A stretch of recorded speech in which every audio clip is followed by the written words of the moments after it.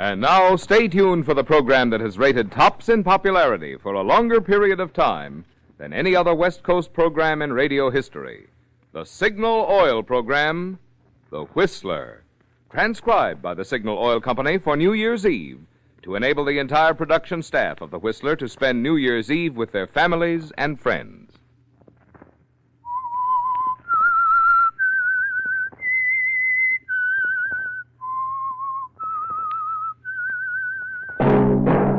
Signal, the famous Go Farther gasoline, invites you to sit back and enjoy another strange story by The Whistler.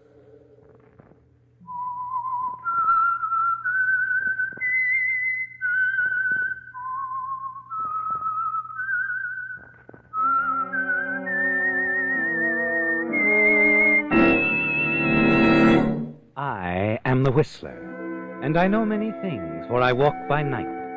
I know many strange tales hidden in the hearts of men and women who have stepped into the shadows. Yes, I know the nameless terrors of which they dare not speak. And now for the Signal Oil Company, The Whistler's strange story, The Big Jump.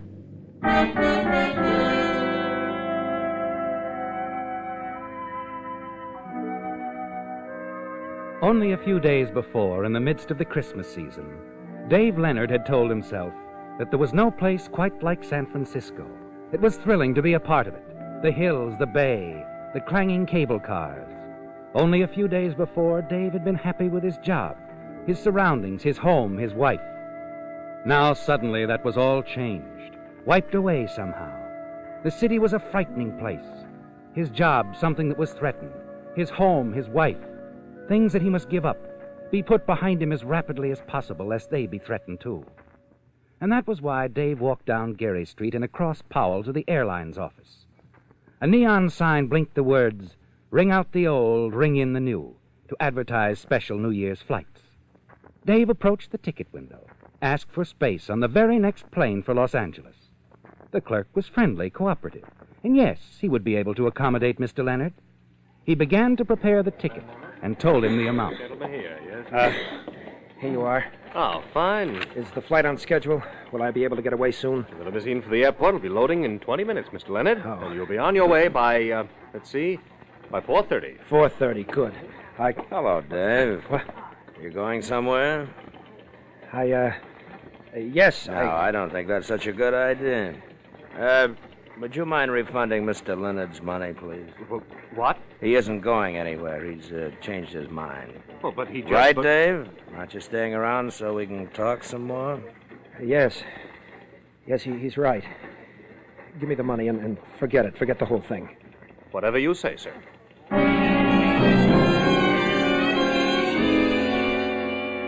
You scoop up the money, Dave. Hurry outside. It's even more foreboding now. The city. The walls of its tall buildings seem to close in around you, don't they? Because he's back again. Apparently not letting you out of his sight for the past 3 days since he first found you. Now he's falling into step behind you. No use hurrying, is there, Dave? You can't run away. That's better, Dave. That's much better. No use being in a hurry. I've been right with you for the last 3 days. Why don't we stop in here, have a drink, huh? Chat some more. All right. You're calling it.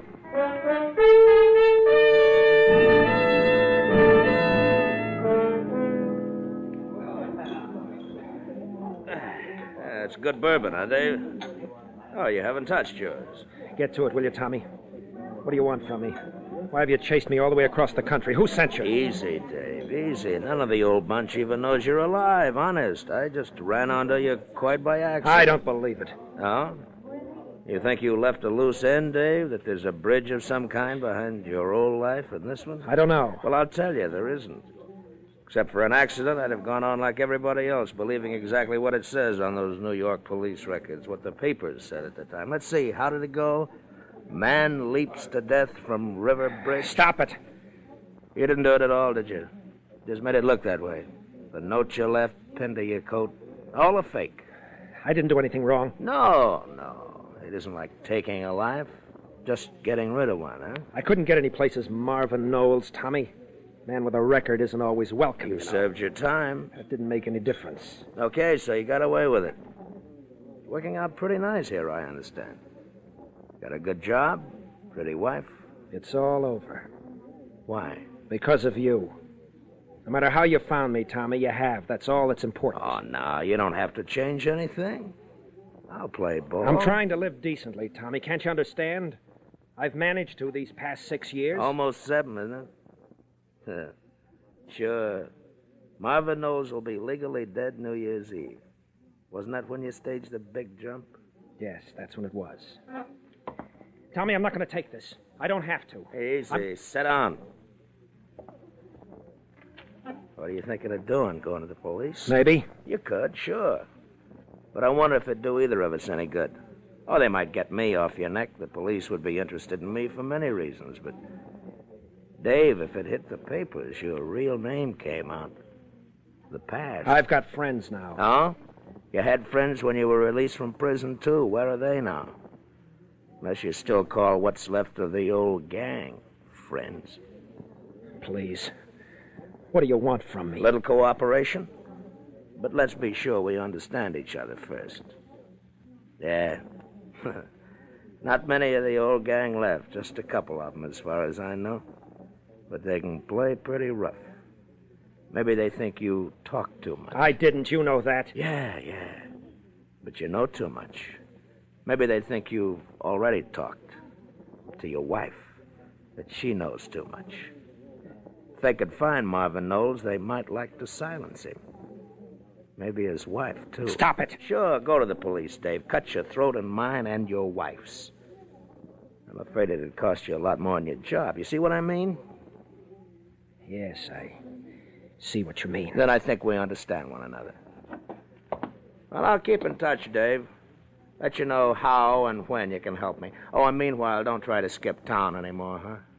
You might just make me sore. I, wouldn't want to have to get rough with you, Mark. Dave.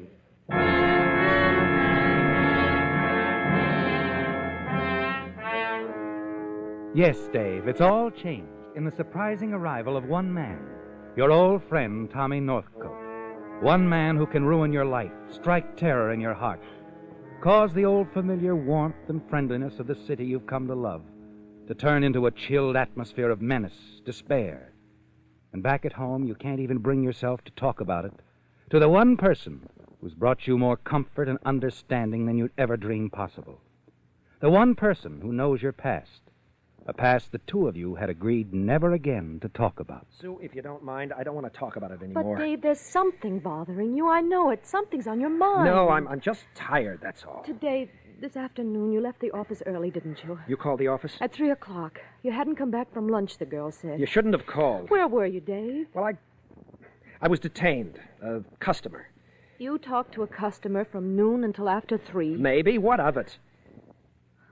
Dave, is that all you're going to say? Please, Sue, will you leave me alone? I was out on business. Isn't that enough? Do you have to cross-examine me? Oh, I'm sorry. Oh, forget it, Sue. I didn't mean to... Look, I don't know what's wrong with me. What do you say we go out tonight, huh? For a walk or to a movie. Get our minds off of it, huh? Off what, Dave? Okay, so I'll go out alone. There must be some way to stop these questions. I'll be back when you see me, understand?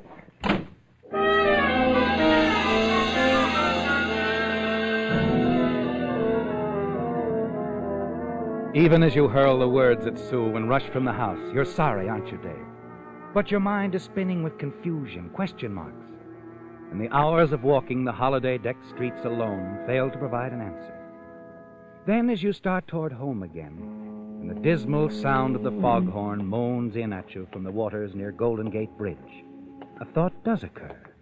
A dread final thought, but something that could provide an answer. Another bridge gave you an answer almost 7 years ago, didn't it, Dave? Now, with everything you've ever wanted, worked for, threatened, you find yourself thinking of staging another such act. Only this time, Tommy Northcote would die. And what would appear to everyone as a simple suicide might actually be Murder.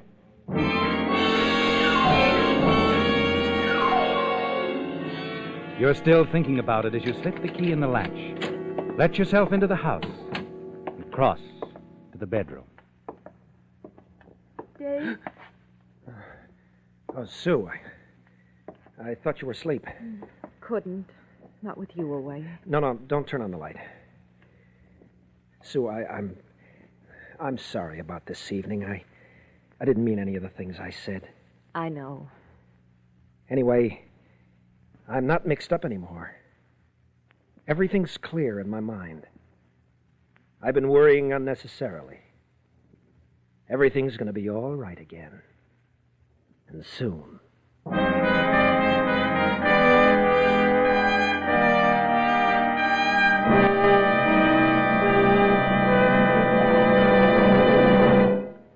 Because New Year's Eve is an appropriate time to take stock of one's blessings, we of the Signal Oil Organization would like to take this opportunity to express our appreciation to all of you who have given us so much for which to be thankful. To you loyal Whistler fans whose continued preference for Signal products has helped us grow from a small start in one state into an organization now serving 7 western states, we are genuinely grateful.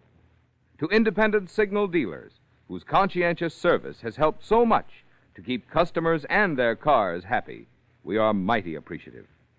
So that all of us in the Signal Oil family may continue to merit your friendship and your business, you can count on us to pursue our policy of making Signal products ever finer and Signal services more complete.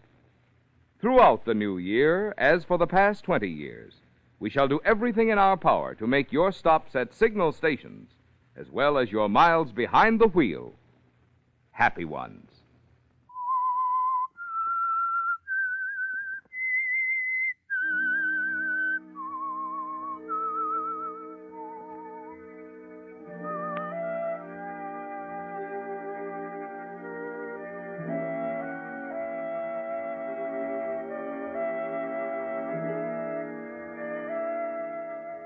It changed everything, didn't it, Dave? Your plans with your wife, Sue, hopes for the future. Everything was changed just before the new year, when Tommy Northcote walked into your life from the past and recognized you as Marvin Knowles, a man he'd known in the East, a man who once served time in prison and was trying his best to live it down with a new life in San Francisco as David Leonard. Yes, it was all changed. Tommy is a threat, but you think you've found the answer, the one way out. And while you hate the thought of murder, you find yourself trying to figure out the best way to kill Tommy, plan a way to talk him into the trap.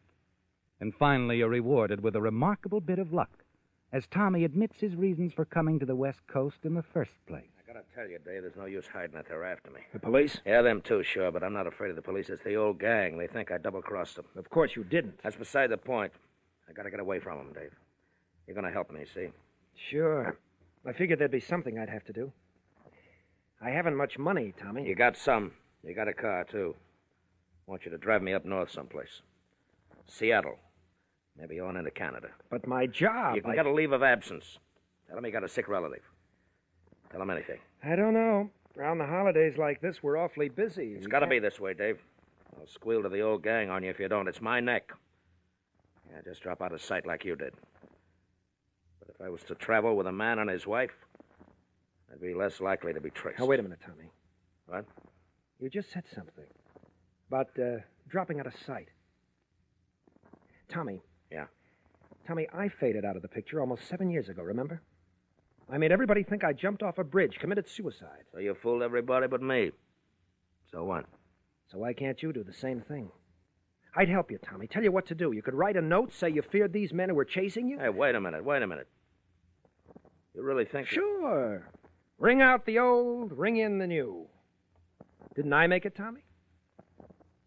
Oh, didn't I? Yeah, sure. But you had a different reason. You wanted to go straight and couldn't get a break. What do reasons matter, Tommy? The main thing is you'll throw them off your track. You can travel alone, go anywhere, as somebody else. Yeah, sure I could. Hey, I think you hit it, Dave.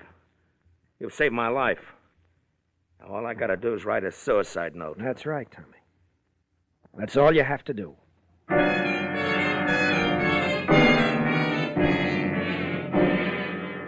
He's fallen into your trap, hasn't he, Dave? Yes, and you're relieved, yet far from pleased at the thought of what you have decided to do. You don't like to think about it, do you? What you've planned to do out there in the fog. Silence Tommy Northcote. But there's no other way. You don't want to kill, but you decide you have to.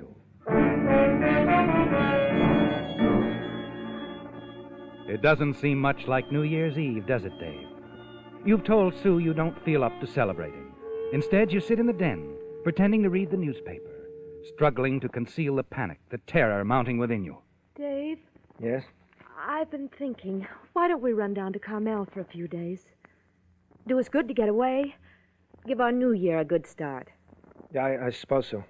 We could stay at the inn again. Remember, when was it? 3 years ago? We met Fran and Charlie there. That nice old Mr. Franklin. We had such a wonderful time, didn't we? Mm-hmm. Well, shall we? What's that, Sue? Haven't you been listening? I'm sorry, but Mine was a million miles away. Perhaps just as far as the office. Is that it? Yes, I guess so. No, that isn't it at all, is it, Dave? What's the matter? Matter? Well, nothing. Something's been on your mind almost since Christmas. Something rather serious, I'm afraid. Won't you tell me what it is? Really, Sue, it's nothing at all. We used to be able to talk over our little problems, sort of iron things out together. Remember my first attempt to cope with a family budget? Yeah. Dave, I suppose it's going to sound awfully silly, but... Well, is there someone else? Someone else? A woman? Oh, no, Sue, nothing like that. Darling, how could you ever think that I didn't really. Oh, Sue, there'll never be anyone in my life but you. Dave, darling. But you're right. There is something on my mind. And it is serious. I'm in trouble, Sue. But, Dave, you haven't done anything. I mean... No, nothing like that. It's just... Well, the old routine again. They won't leave me alone. Someone's found out. Someone from the old crowd? Yes, Tommy Northcote. I ran into him on the street one day. He found out I changed my name. He found out everything. I see. Well, what's he going to do? He wants money. Oh, then give it to him. Give him all we have, and it'll be finished. It's not as simple as that, Sue. He wouldn't stop there. But if we didn't have any more money... He'll probably force me to work on a job with him. Oh, no, Dave, you can't do that. I haven't any choice, Sue. Yes, you have. We'll go away, Dave, far away. They'll never find us. Tommy would find us. So might the old gang. Then we'd have to run again. No, Sue, I can't run anymore. I started to the other day. I was going to take a plane, send for you later. But it's no use. Please, Dave. We'll leave tonight, right now. I tell you, it's no use. You know what'll happen if we don't, Dave. One job with Tommy, and then there'll be another, and another. And some night I'll be called down to the morgue to a debt of... Oh, Sue, darling. You mustn't ever go back to that kind of life, Dave. You can't go back. But, Sue, running away, it's no good. It wouldn't work. Going someplace else is our best chance, darling. Going somewhere else. What else can we do? What else? Yes. How else can you get rid of this man? There is a way. I've thought it all out. A very simple way. What? Oh, no, Dave. You couldn't do anything like killing a man. Not even Tommy Northcote. You couldn't. No, I guess not. I guess I couldn't kill him. All right, Sue. We'll run for it.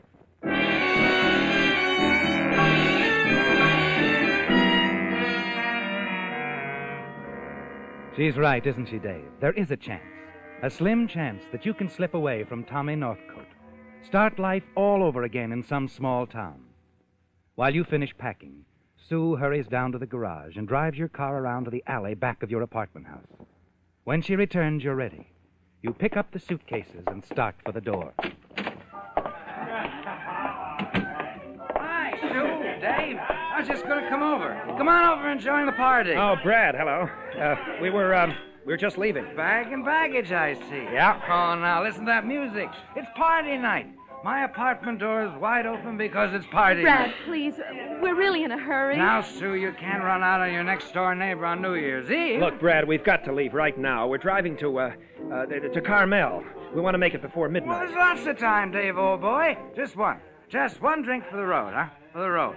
And for New Year's. Now, don't be a fuddy-duddy. It's New Year's Eve, or didn't you know? Oh, please, Brad, a rain check. It's terribly important that we leave right now. What's the matter with you two? We can't explain now, Brad. We'll be back in a few days. Come on, Sue. Well, for New Year's greetings to you, too.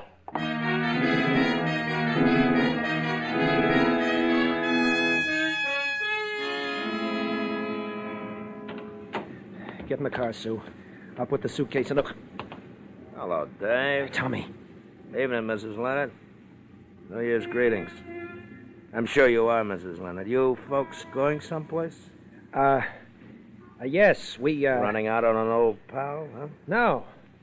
No, my boss called up and wants me to go upstate. Business. Oh, is that so? Yeah, I called your rooming house, but, But I wasn't there. Gone on a little trip, huh?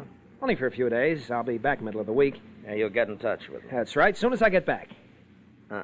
I'm going with you, pal. But, Tommy... I said I'm going with you. Now get in, both of you. We'll drive to my place, pick up my stuff, and we'll head north over the Gate Bridge, huh?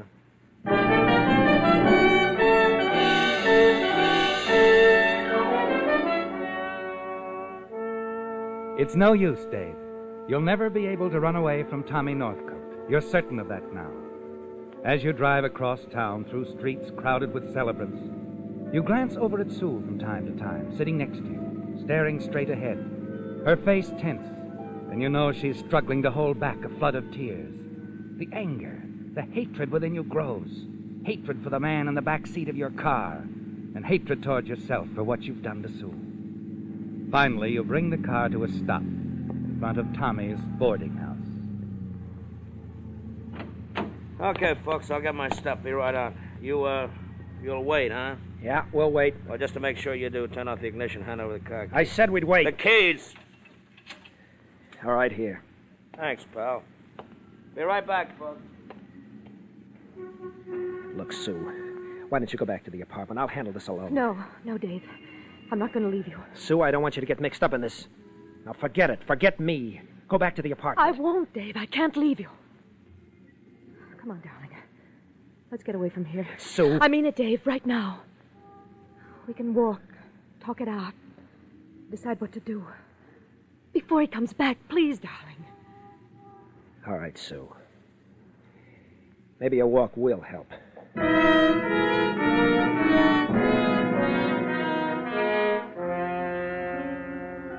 You wander along the streets, weaving in and out of the gay crowds who have already caught the New Year's spirit. Sue clings tightly to your arm, and somehow, through the increasing din of noisemakers, the two of you talk it out, don't you, Dave? Yes, you walk for hours, trying to make up your mind. Finally, just before midnight, you begin to come to a decision.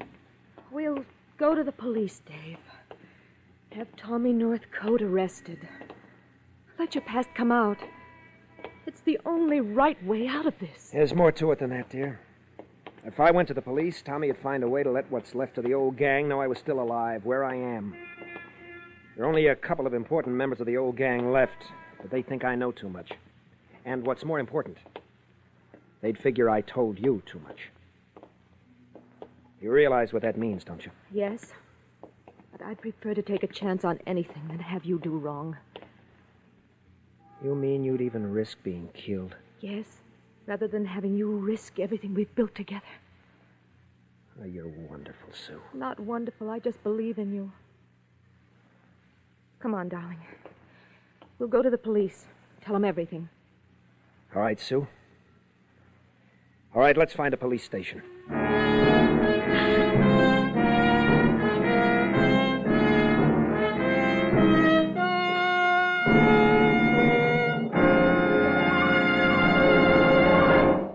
Do you play cards or have friends who play cards?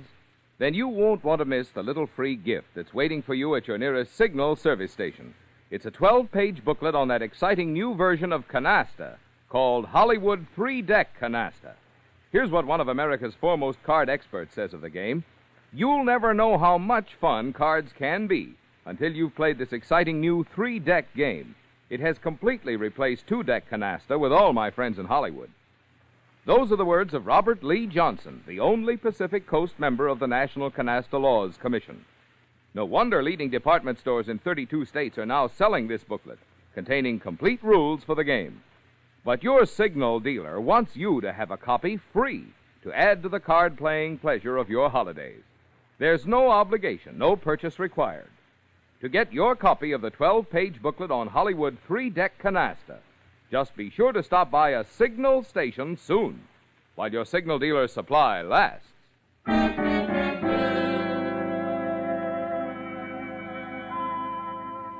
You've made your decision, haven't you, Dave? Yes, you can't run from the past, from Tommy Northcote. And you can't kill him either. So you're going to the police. You're going to tell them everything. Tell them about your fake suicide in New York 7 years ago.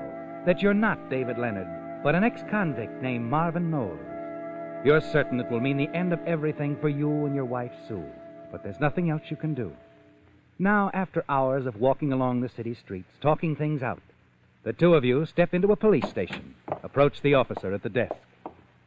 Sergeant. Oh, what can I do for you, sir? Well, my name is David Leonard. Well, that is, since I arrived in San Francisco, Leonard? Oh, yes, David Leonard. Yeah, I've got the report right here. Stolen car. I hope you had it insured, Mr. Leonard. What? Pretty badly smashed up, I'm afraid. What? I don't understand. There was quite a gun battle over in the Mission District. We arrested a couple of strong-armed boys that tried to kill a man named Northcote. Dave. Yeah, and in trying to get away from them, he stole your car. He wrecked it. Northcote died at emergency about an hour ago. This Northcote is dead? Yeah, and so's your husband's car, lady. Fine New Year's present for the pair of you. It's all right.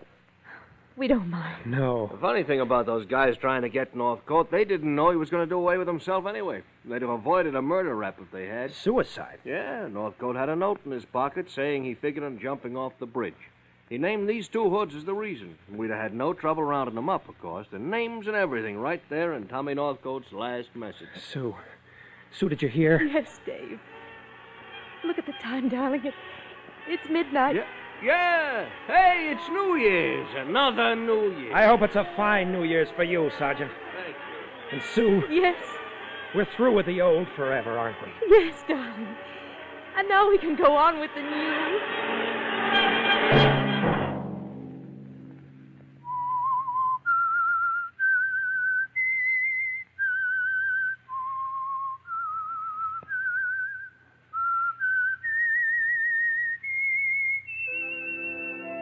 Let that whistle be your signal for the Signal Oil program, The Whistler, each Sunday night at this same time. Signal Oil Company has asked me to remind you. Tonight, it's especially important to drive at sensible speeds, be courteous, and obey traffic regulations, so some avoidable accident doesn't mar the new year for you. Featured in tonight's story were Bill Foreman, David Ellis, Gene Bates, and Bill Conrad. The Whistler was produced and directed by George W. Allen, with story by Joel Malone, music by Wilbur Hatch, and was transcribed and transmitted to our troops overseas by the Armed Forces Radio Service. The Whistler is entirely fictional. All characters portrayed on The Whistler are also fictional. Any similarity of names or resemblance to persons living or dead is purely coincidental. Remember at this same time next Sunday, another strange tale by The Whistler. Marvin Miller speaking for the Signal Oil Company.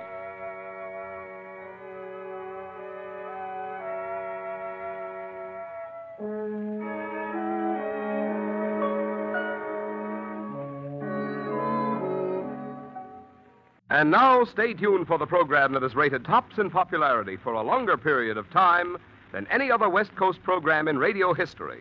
The Signal Oil program, The Whistler, transcribed by the Signal Oil Company for New Year's, to enable the entire production staff of The Whistler to spend New Year's Day at home with their families.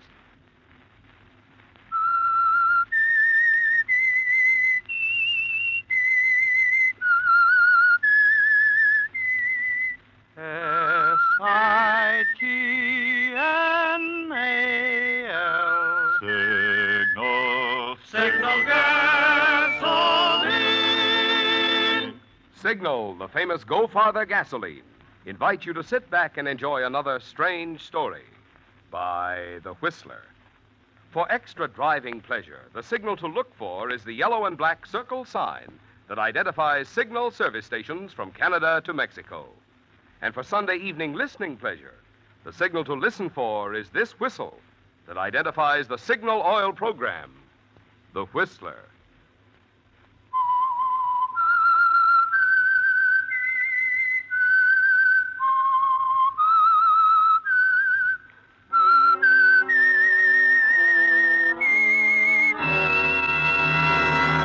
I am the Whistler, and I know many things, for I walk by night. I know many strange tales hidden in the hearts of men and women who have stepped into the shadows. Yes, I know the nameless terrors of which they dare not speak. And now for the Signal Oil Company, The Whistler's strange story. Evening Stroll.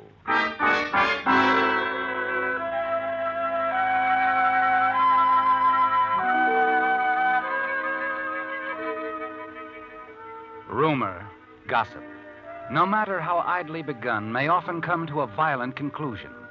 Its pernicious content can twist and distort the mildest of deeds, until with a deadly force, fed and made strong by repetition, its weight can smash lives. The venom of rumor, gossip, is always around. Defense against it is pitifully inadequate, and no one is immune. Not even Professor Malcolm Dunn on New Year's Eve, strolling across the darkened campus, puffing quietly on his pipe. At the moment, he seemed pleased with the way things had turned out. The rather embarrassing session a few days ago with Dean Wilson was forgotten, and his thoughts were only of the future, his future at the university. At the library, he paused, debated for a moment if he should turn here and take the shortcut home. Perhaps it was because he wanted more time to be alone, more time to savor the prospects of a bright future, that he decided against the shortcut, even though it was getting late, and continued along the tree-lined street, entered the residential district of the university town. Oh, Professor! Professor! Oh, Miss Crandall. Midge. Hi. Mind if I walk along with you? Of course not. Isn't it a wonderful night? Yeah. Cool, crisp. Mm-hmm. Just think. In another few hours, a new year will be with us. On your way to a little celebration? I just left one. Horribly dull, really. Oh? I may not even go back. Jerry's in one of those moods again. Jerry? Jerry Hayes. He's just a friend. He took me to the party. We had words. So you decided to take a walk? That's right. Professor, Yes? I heard Dean Wilson had you in for a long talk the other day. That's right, Midge. About me? About you. I'm sorry I've caused you so much trouble. But I'm not sorry I ever fell in love with you. Midge, I'm old enough to Oh, be your... please don't say that. But you don't understand. Some things I do, Professor. For instance, this one-sided romance isn't any good. I've caused you nothing but trouble. I realize you can't afford to get mixed up with any of your students. It isn't as though I'd given you any encouragement. True, we've seen quite a bit of each other. You've been very proper about the whole thing all along. It's my fault, all of it. I admit that. But I can't help it. I'm in love with you. It's very flattering, Midge, but... Still, you wish I weren't so obvious about the whole thing.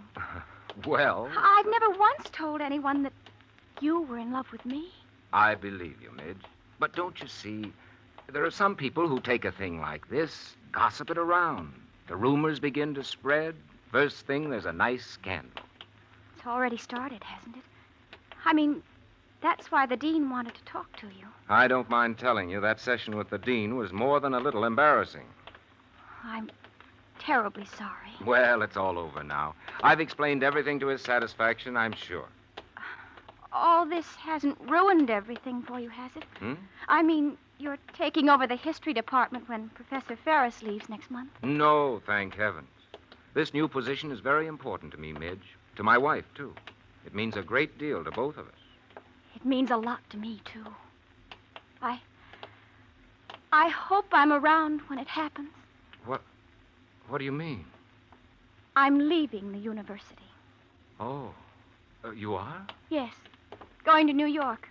The call of the theater, you know. Father has a friend who's a producer. And, well, it'll be a small part to begin with. I'm sorry you're going to leave us. Are you? Really? Of course. But I'm certain you'll become a very great actress someday. Thank you. People say I'm acting all the time anyway. Well, here's my apartment house. I'll see you to the door.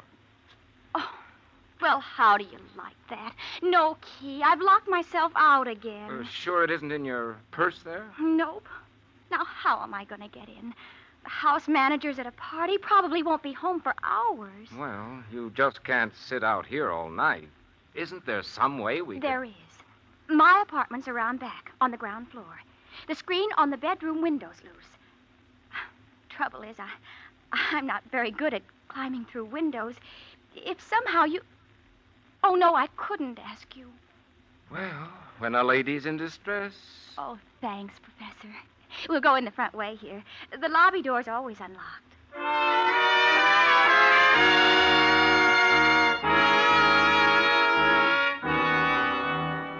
You follow Midge into the apartment house, down the long corridor, and out to the back of the building. With little effort, you manage to remove the screen from her bedroom window, climb over the sill, and drop into the darkened apartment. Okay, Professor? Right. The light switch is in the alcove, straight ahead. I'll find it. Oh. You all right, Professor? I guess so. You forgot to warn me about the coffee table. Oh, I'm sorry. I'll be right in. You make your way slowly across the room and finally find the light switch. You open the hall door, return to the window, and replace the screen as Midge steps into the apartment and closes the door behind her. You're a lifesaver, Professor. Hurt yourself on the coffee table? Fractured a few bones, that's all. Oh, I'm sorry. Oh, and look, you've got dust all over your coat. No harm done. Oh, I wouldn't be too sure.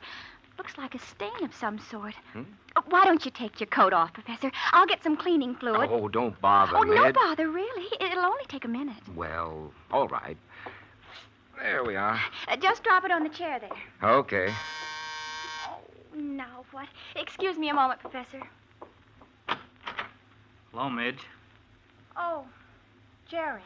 I'm sorry I acted the way I did, Midge. I guess you had every right to walk out on me. Oh, I see you have company. Yes. Now, can't we discuss what happened at the party some other time, Jerry? Sure we can. Guess maybe I wasn't so wrong after all, huh? Maybe those rumors... Jerry, please. Okay. Good night. Night, Midge. Good night, Professor Dunn. Oh, well, I'm sorry, Professor, but Jerry, he's such a child. Midge, that quarrel you had with Jerry at the party tonight, have anything to do with me? Well, yes, in a way. Look, he seems like a nice sort of chap. Why don't you call him back? No, I'll see him tomorrow. Now, do sit down, Professor. Midge, Yes? mind telling me something? Uh-uh. Did you really lock yourself out tonight? What do you think, Professor? I think I'd better be running along.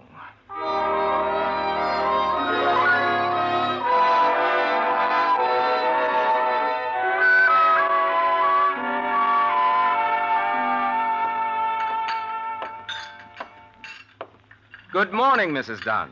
Oh, morning, Malcolm. Breakfast will be ready in a moment. Fine. Say, I must have been asleep when you came in last night, Claire. How was the party? Oh, very nice. The Donaldsons were so disappointed you didn't come, but I explained you just couldn't. Good. You go to bed early? No. I worked for a few hours. Then I went out for a walk. A long walk. By the way, Mrs. Dunn, how about a kiss for a Happy New Year for your husband, Happy New Year to you, Professor. Now, you sit down. Read your paper. Oh, Malcolm, Yes? isn't Midge Crandall one of your students? Why, yes. She is. Her picture's there on the front page. What? Why, So it is. Someone shot her last night at her apartment. Shot her? Yes, they've taken her to the hospital. They don't know if she'll live or not.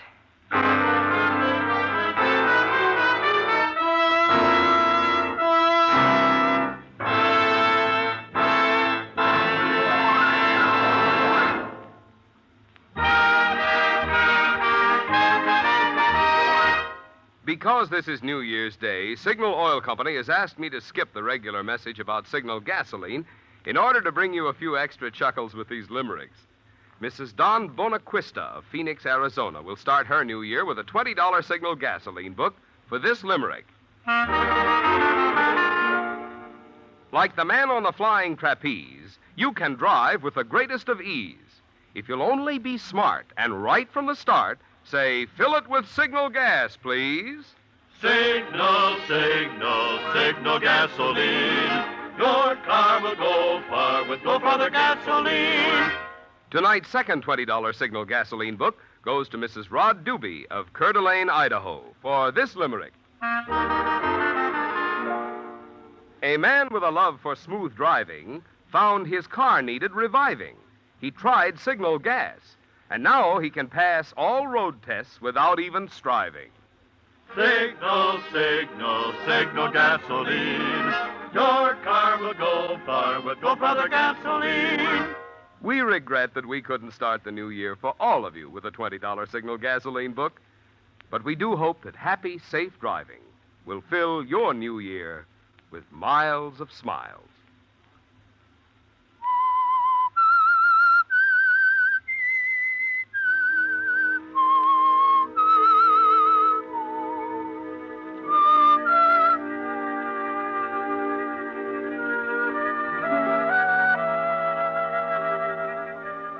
It's a shock, isn't it, Professor? Your hands tremble as you hold the morning newspaper. Stare down at the photograph of Midge Crandall on the front page. The story is all there. The shooting at her apartment. And as you read through the first few paragraphs, you realize it must have happened only a short time after you left the girl's apartment. Your first impulse is to pick up the phone and call the police. Tell them you were with Midge Crandall last night at her apartment. But suddenly you realize it won't help the police find the guilty person. It would only involve you as well as other innocent people needlessly. And after your conversation with Dean Wilson a few days ago concerning Midge, the gossip about the two of you, you know you can't afford to become involved in the shooting. Somehow you manage to get through breakfast, and then afterward you leave the house and go for a long walk. You need time to think, don't you? Perhaps in some way you can assist the police and help them find out who shot Midge. Then as you're strolling along the walk in front of the science building, one of the students joins you. Say, Professor, hear about the shooting last night? Yes, I heard about it, Bill. Oh, sure knocked me for a loop. I know Midge pretty well. She's a nice kid. Tough. It's a real tough break. Yes, it is. Too bad that Simpson guy didn't get a better look at the man who was with Midge. The Simpson? Who? The witness. He was sitting in a parked car right across the street from Midge's apartment, waiting for somebody. He told police he remembered seeing a man going into the building with Midge. I see. I didn't give much of a description of the guy. Medium build, slender, well-dressed. Said he might recognize him if he saw him again, though. Well, here's where I turn off, Professor. See ya. Yes. Yes, of course, Bill. Happy New Year, Professor. Hey, Jerry, wait up, fella. Jerry. The sound of that name spins you around, doesn't it, Professor? You watch Bill join another youngster, see them hurry across the campus toward the village. But he isn't the Jerry you're thinking of, is he? Suddenly you remember the young man who was at the door of Midge's apartment last night. Jerry Hayes, the young man who saw you there with Midge. And you wonder why he hasn't been to the police to tell them about it.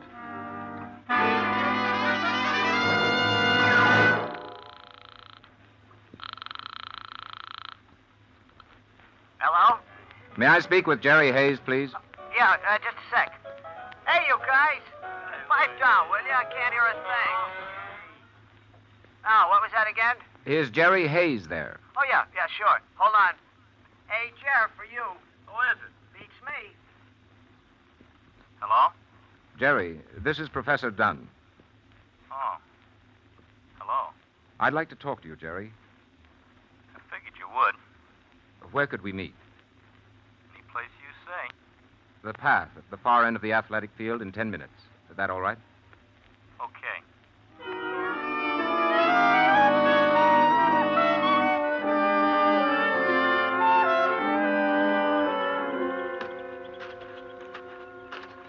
It's a good question, Professor. Why didn't I go to the cops, huh? Suppose I ask you the same. Listen, Jerry. Sort of an embarrassing question, isn't it? Why haven't you told them that I was there in the apartment? Why haven't you? Something holding you back? Sure. And I know just what it is. Do you? Look, Professor, I don't want to get mixed up in this any more than you do. Why not forget about it? Suppose Midge dies. That wouldn't be good. It wouldn't be good at all. But we'd keep our mouths shut. I didn't see you, you didn't see me.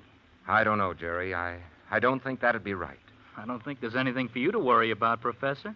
According to the newspapers, the police haven't found any clear prints on the gun.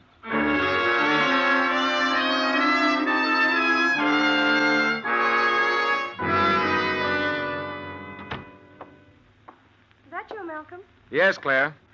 My, that was quite a walk you took. But I'm glad you're back home, Malcolm. There was a call for you. Oh? Dean Wilson's housekeeper called. Said to tell you he wanted you to come over. Now? Well, she sounded like it was rather important. I see.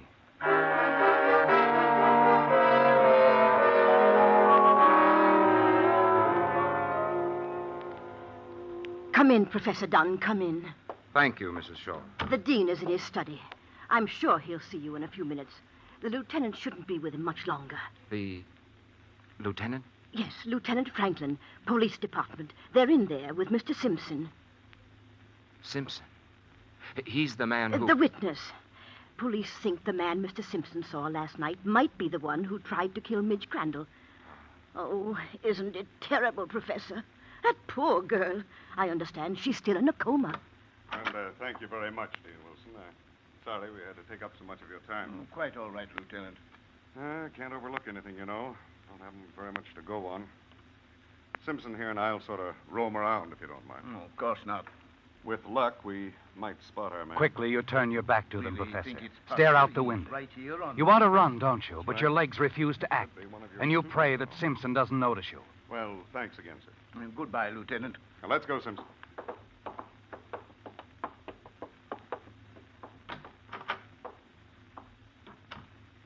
Oh, and there you are, Malcolm. Afternoon, sir. Sorry to keep you waiting. I just got here a moment ago. Come in. Terrible business, that. Terrible. You heard, Malcolm? I think the man who shot Miss Crandall is here, on our campus. Yes, I heard. Any definite leads? No. Unfortunately, the witness Simpson hasn't been able to give a good description of the man he saw go into the apartment building with the girl. Does Mr. Simpson think he can identify the man if he sees him again? He seems to think so, yes. I, for one, certainly hope he's right. This thing must be solved, Malcolm. They've got to find that man. Yes, of course. Well, let's get on with it. I want to discuss several matters with you, Malcolm, about your new position. Hope you don't mind my calling you over today. Oh, of course not. Professor Ferris will be leaving earlier than we expected, so it's important we get to these things as soon as possible. Yes, sir.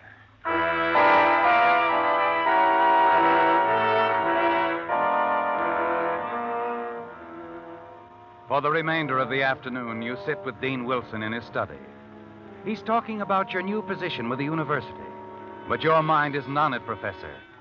You keep thinking about the police lieutenant and the witness, Simpson. They're on the campus now, looking for the man who was with Midge Crandall last night. And you wonder how long you'll be able to stay out of their way. Finally, when you leave the dean, your mind is made up. You've reached a decision, haven't you? Yes. And there's only one thing you can do.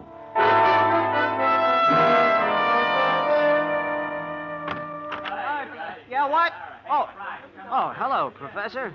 Come on in. No, thanks. I just stopped by to see if Jerry Hayes was in. Oh, no, he's down in the village. Ought to be back soon. I see. Will you tell him I must see him immediately? It's very important. Oh, sure, Professor. Have him come to my house, 423 Oak Road. Okay, I'll tell him.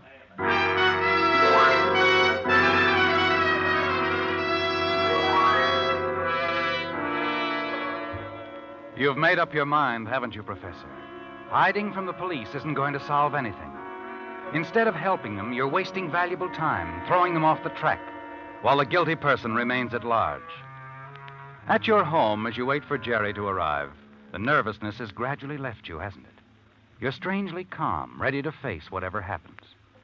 Then, as a battered convertible stops in front of your house and Jerry steps out, you dial police headquarters and ask for Lieutenant Franklin. Yes, Professor Dunn? Lieutenant, I have some information. It's about the Midge Crandall shooting. Oh? Would you come to my house right away? 423 Oak Road. All right. I'll be there, Professor. Malcolm, Oh, yes, Claire. What is it? did I hear you just call the police? That's right. You said something about Midge Crandall. Excuse me. That's Jerry Hayes. I'll let him in. Malcolm, what's this all about? I'll explain in a moment, Claire. How are you, Professor? Come in, Jerry. Hello, Mrs. Dunn. How are you, Jerry? How's Janet? Haven't seen her in ages. Oh, she's fine. Janet? Jerry's aunt is an old school chum of mine, Malcolm. Never would have gotten into the university here if it hadn't been for the two of them, Professor. Guess I owe Janet and Mrs. Dunn a lot. I see. Now, Malcolm, what's this all about? Yeah, what's up, Professor? Jerry, I've called the police. They may not believe I had nothing to do with the shooting, but... The police? Wait a minute, I thought we... It's no use, Jerry. I want you to tell them all you know about this Midge Crandall affair. Even that I saw your wife there? What? That's right, dear. You mean you want me to tell the police I saw Mrs. Dunn come running out of Midge's apartment house last night? Claire. I admit it, Malcolm. I was there. I was the one.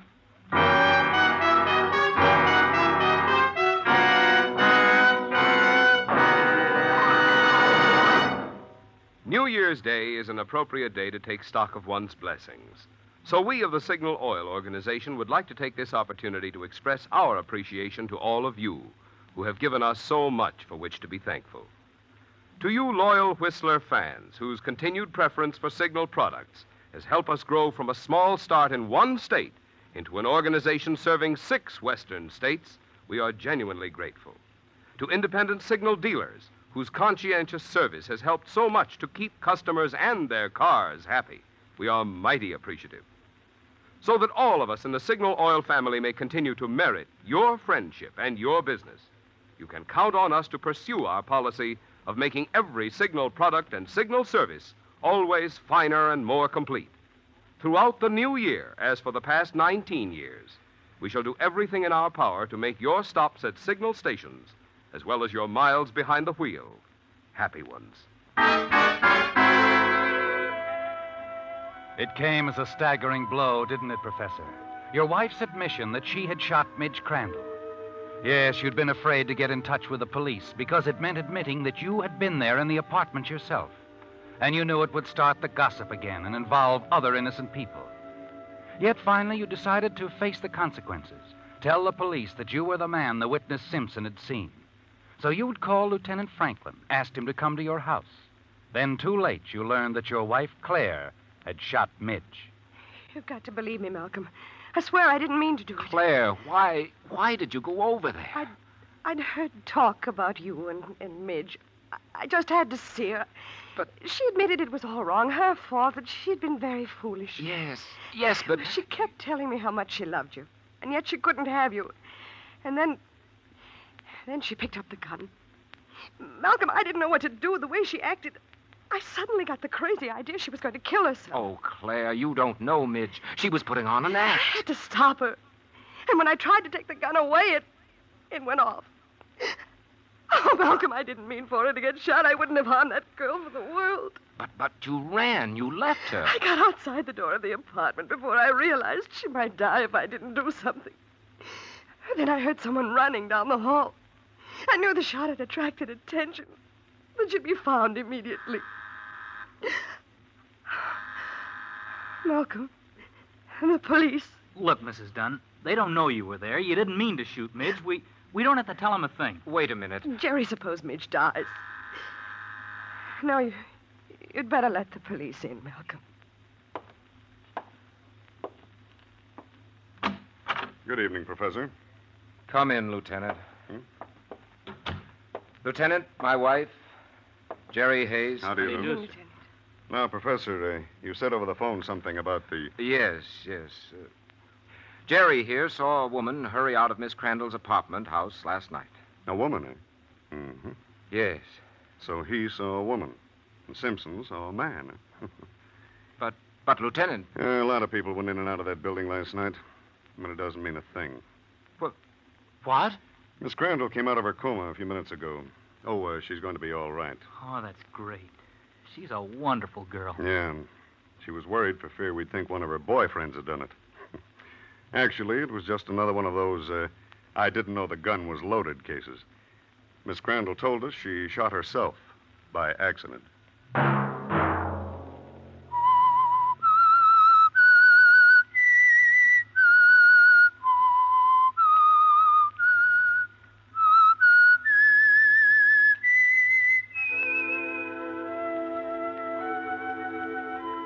Let that whistle be your signal for the Signal Oil program, The Whistler, each Sunday night at this same time. Brought to you by the Signal Oil Company, marketers of Signal gasoline and motor oil, and fine automotive accessories.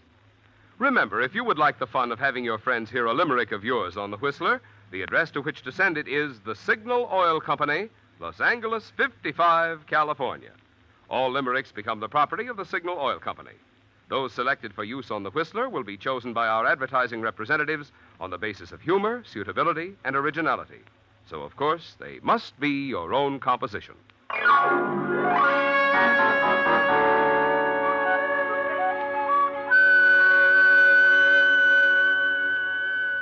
Featured in tonight's transcribed story were Donald Woods, Barbara Eiler, Mary Lansing, and Gil Stratton, Jr. The Whistler was produced and directed by George W. Allen, with story by Steve Hampton, music by Wilbur Hatch, and was transmitted to our troops overseas by the Armed Forces Radio Service. The Whistler is entirely fictional, and all characters portrayed on The Whistler are also fictional. Any similarity of names or resemblance to persons living or dead is purely coincidental. Remember, at the same time next Sunday, another strange tale by The Whistler.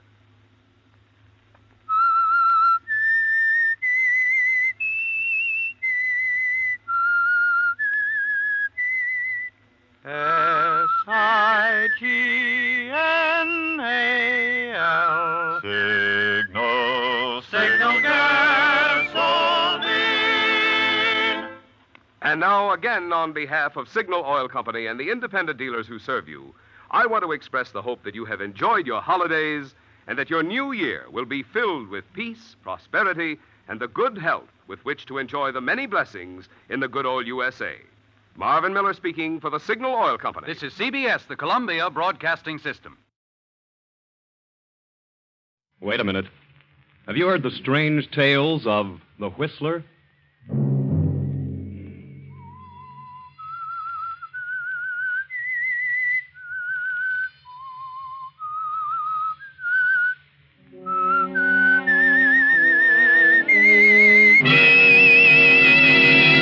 I'm the Whistler. I may be the district attorney, but if my son is guilty, he can pay the penalty like anyone else. I'll prosecute him, then, Blake, I'll start on you. Sunday night, and again, CBS presents The Whistler.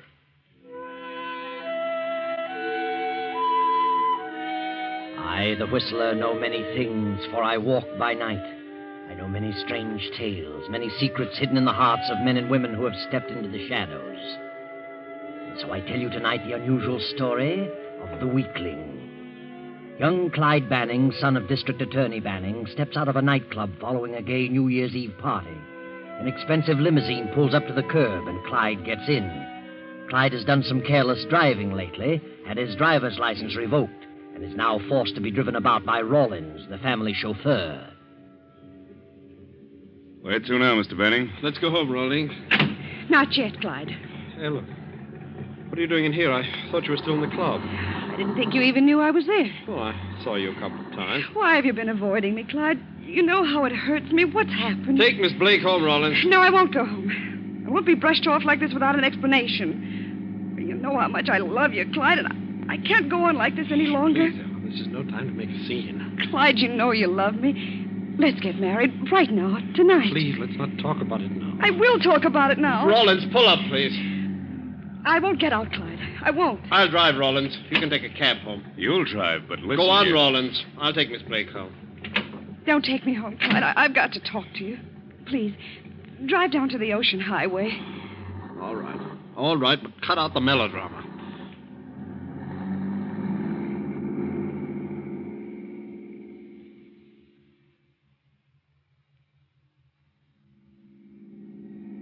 Why have you changed so, Clyde? Why can't we get married? You know as well as I. My father is district attorney, and he's out to crack that graft situation wide open. He knows who the big boss of the racket is, and he's going to get his scalp. Send him to the pen. But what's that to do with us? You know that Jim Blake is the big boss. Your own father. But we have our own lives to live. If I married you, Dad'd throw me out on my ear. What of that? We could get along. How? Your father won't have a dime when this is over. Besides, Dad is up for re-election. How would it look? DA's son marries convict's daughter. I thought you really loved me. Well, I've always liked you, Ellen, but it just won't work. It isn't fair to Dad. Then you don't want to marry me? I've told you how I feel about it. What a ridiculous fool I've been. Now, don't start that hysterical stuff I've again. hoped against hope that you weren't trying to get rid of me, but now I know. You're a low, spineless jellyfish. You didn't love me. You couldn't. Stop shouting. I won't stop. I wish everyone could hear me. You know what a despicable rotter you are. Shut up! No, stop it, you little fool. Ellen! Good Lord! Ellen! Ellen! Oh, Lord. Her face. Ellen. Ellen, darling. I better get a doctor. Maybe she... No, shouldn't move her. Yes, that's it. Get help.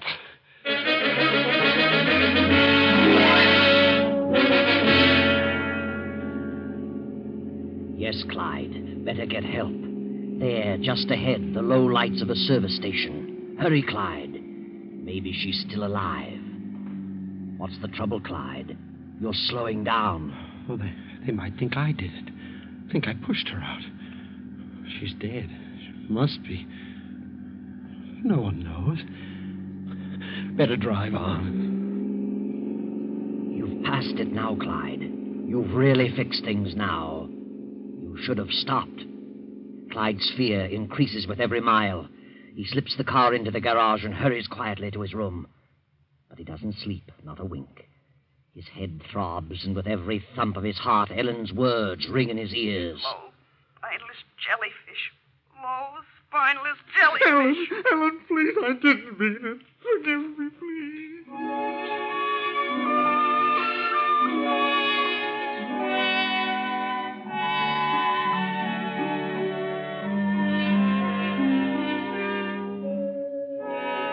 District Attorney Banning sits at breakfast with his attractive wife, Marcia. Marcia is Clyde's stepmother. The district attorney scans his morning paper as Clyde, pale and worn, slips into his place at the table. What do you think of that? What is it, Henry? Jim Blake's daughter was found dead on the Ocean Highway early this morning. Oh, they found? On the Ocean Highway? Oh, good morning, son. How have you been? Oh, I guess I overslept. Really? Looks as though you hadn't slept at all. Have a big evening? Too much champagne? No. Gee, that's terrible about Blake's daughter. What happened to her? I think she was thrown out of a car. Probably some enemy of Blake's. I dare say he has plenty. Thrown out? Does it say that? Yes. Well, I'd better go down to the office. Well, maybe she jumped out. Not likely. Venture to say she was pushed out, all right. Why don't you have some coffee, Clyde? Help that hangover. I haven't got a hangover. What in the name of heaven's wrong with you? You better take some aspirin, son. Go back to bed. Well, you're going to the office today? It's New Year's Day. Never go down there on a holiday. Going down for an hour or so. Will it upset your plans by any chance? I haven't got any plans. And what's bothering you? Something's wrong with you, Clyde. Nothing's wrong with me, and nothing's bothering Just a me. moment. Who are you shouting What? at? I'm not shouting at I think you'd better go on back to your room, go to bed. You're a bit too unpleasant to suit me. I'm sorry. Sorry, Marcia. That's all right, darling. I'll feel all right after a while. I guess I did have too much champagne. Never seen Clyde like this. Well, you've only been around him a year, Marcia. He's a moody type, has spells, but he's a good boy. You'll learn all his little quirks in time. Well, I'll run along, darling. Be back in an hour or so.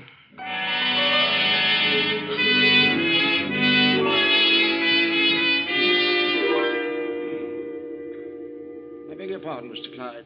Yes? What is it, Thompson? Rawlins, the chauffeur, would like to see you, sir. Oh, yes? All right, send him in. He'd see you, Rawlins. What do you want, Roland? I'd like to have a little talk with you, Clyde. Yeah? What's on your mind? Where did you go last night after you dismissed me? What business is that of yours? Well, I just thought I'd ask you. Got in around 2:30, didn't you, Clyde? What of it? Thought maybe you knew what happened to Ellen Blake. I took her home. What happened after that, I don't know. She kind of put the pressure on you, didn't she? What do you mean? I heard her. Heard every word you both said. She said she was determined to get married. So what? Well, it wouldn't be so good for you if I was to tell about last night. No? Oh, you made a big mistake when you let me out of that car. If you let me drive her home, why, you might not be in this jam. Who said I was in a jam? I say so. What if you do tell what you know? That doesn't prove anything. Oh, I got better proof than that. What? Ellen Blake's handbag. I found it in the car this morning. Here it is. Her initials on it, some personal effects inside. Oh, yeah? Now, I'm the only one who knows about all this. If I talk, you're certain to get a rope around your neck. I didn't kill her. She jumped out. Yeah? Can you prove that? No. If I tell about the argument and establish the time, you wouldn't have a chance. I didn't kill her, I tell you. How'd you like trying convincing a jury on that? No. Well. But you know, I don't have to say a word about it, Clyde. Why should you? It all depends on you. What do you want? Oh, I could use a little money. How much? $2,000 or $3,000. Where would I get that much? You get a nice allowance every month. You're a dirty rat, Rawlins. I didn't like your looks when you came here 3 weeks ago. I thought you looked like a crook. I'll have you fired. I don't think you will. You can't afford to. Do I get the handbag? No, not until you pay off in full. Suppose I tell you to go to the devil. And you'll be in jail within an hour. I mean business. Okay. Okay, I'll pay as much as I can each month. I don't want to wait too long. I'll try to get it as soon as possible. I want that handbag. You'll get it, kid. When I get the $3,000.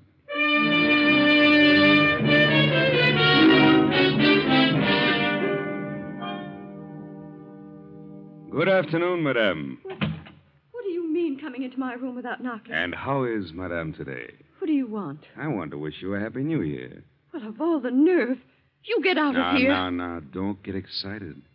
I thought you might like to talk to me. What do you mean?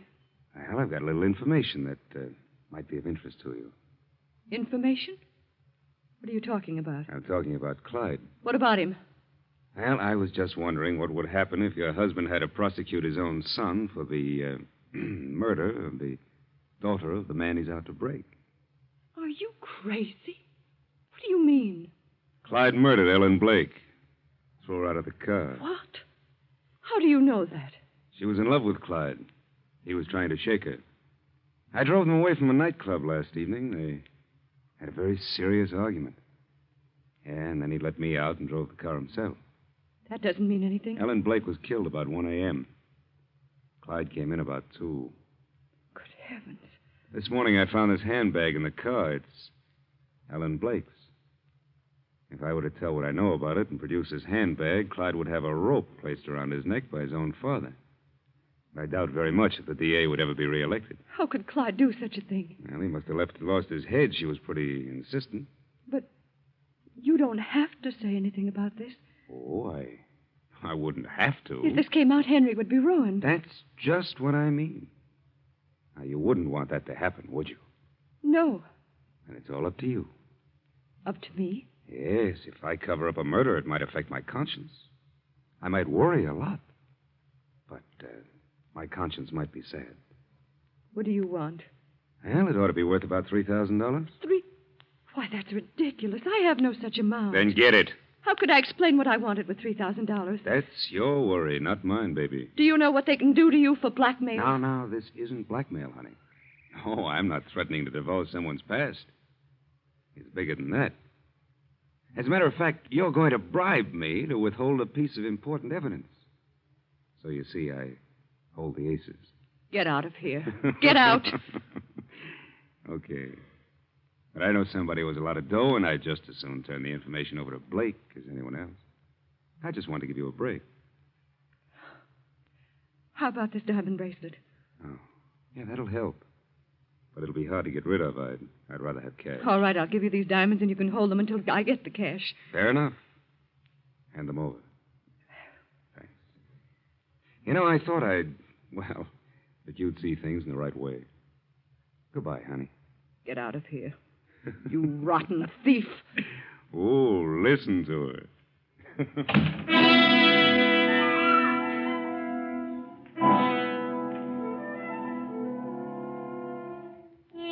As the days pass, Clyde and Marcia are both turning over every cent they can get hold of to Rawlins. But the going is difficult, and Rawlins becomes more insistent. Then one day, Clyde gets a message to visit the big boss, Jim Blake, Ellen's father. I was told you wanted to see me, Mr. Blake. Yeah. Sit down, kid. Thank you. Everything working out all right? What do you mean? You look a little worried, kid. I thought maybe something was disturbing your sleep. Oh, well, I've been having headaches. I think it's my eyes. Been seeing things, have you? In the dark? No, I haven't been seeing things. I don't know what you're getting at, but nothing's bothering me. Just when was it that you started meeting my daughter, Ellen?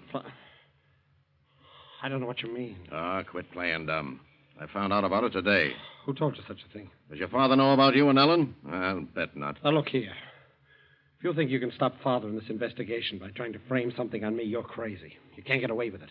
I'll spill the whole thing. Oh, you will? Yes, I will. You're a crook. When my father gets through with you, you'll be behind the bars for the rest of your life. When I'm put behind bars, kids, you'll be dangling from the end of a rope. What are you trying to accuse me of? The murder of my daughter. Murder? I didn't kill her. Can you prove that? There's no proof that I did. I've got a witness, kid, and he's ready to talk when I say the word. Witness? That's ridiculous.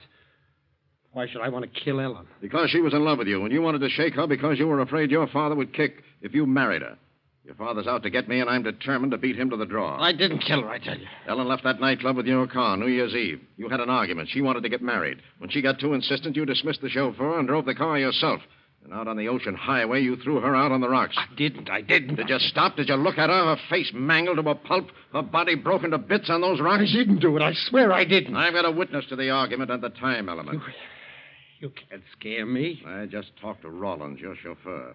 He knows what time you got in, and he found Ellen's purse in the car. I don't believe it. Where's the purse? Rawlins has it. He'll produce it when you get to trial, and your own father will have to prosecute you. Oh, I'll enjoy that. Too bad about that purse, kid. If you'd found the purse and Rawlins didn't know what he knows, you might have gotten away with it. But you're stuck now, stuck with Rawlins and the purse, and your own father will have to tie the rope around your neck. Rawlins is a liar. It'll hold in court. The jury will believe him. He's a dirty liar. I could kill him. Kill him? You wouldn't do that. Well, he isn't fit to live. Well, you aren't either. But I'm going to give you a chance to keep out of the noose. I'll keep Rawlins from talking if you get me a couple of letters. What letters? Your father has them. They have my signature on them. You can get them very easily. You get those papers, and I'll put the quietus on Rawlins. They're addressed to the county supervisor. Your father intends to use them against me. I want them. Is that clear? Yeah. You get the papers, and we're both in the clear. Understand? Yeah, you understand. All right. I'll give you till tomorrow evening at 6 o'clock. You can go now. Yeah. Remember, 6 o'clock tomorrow night.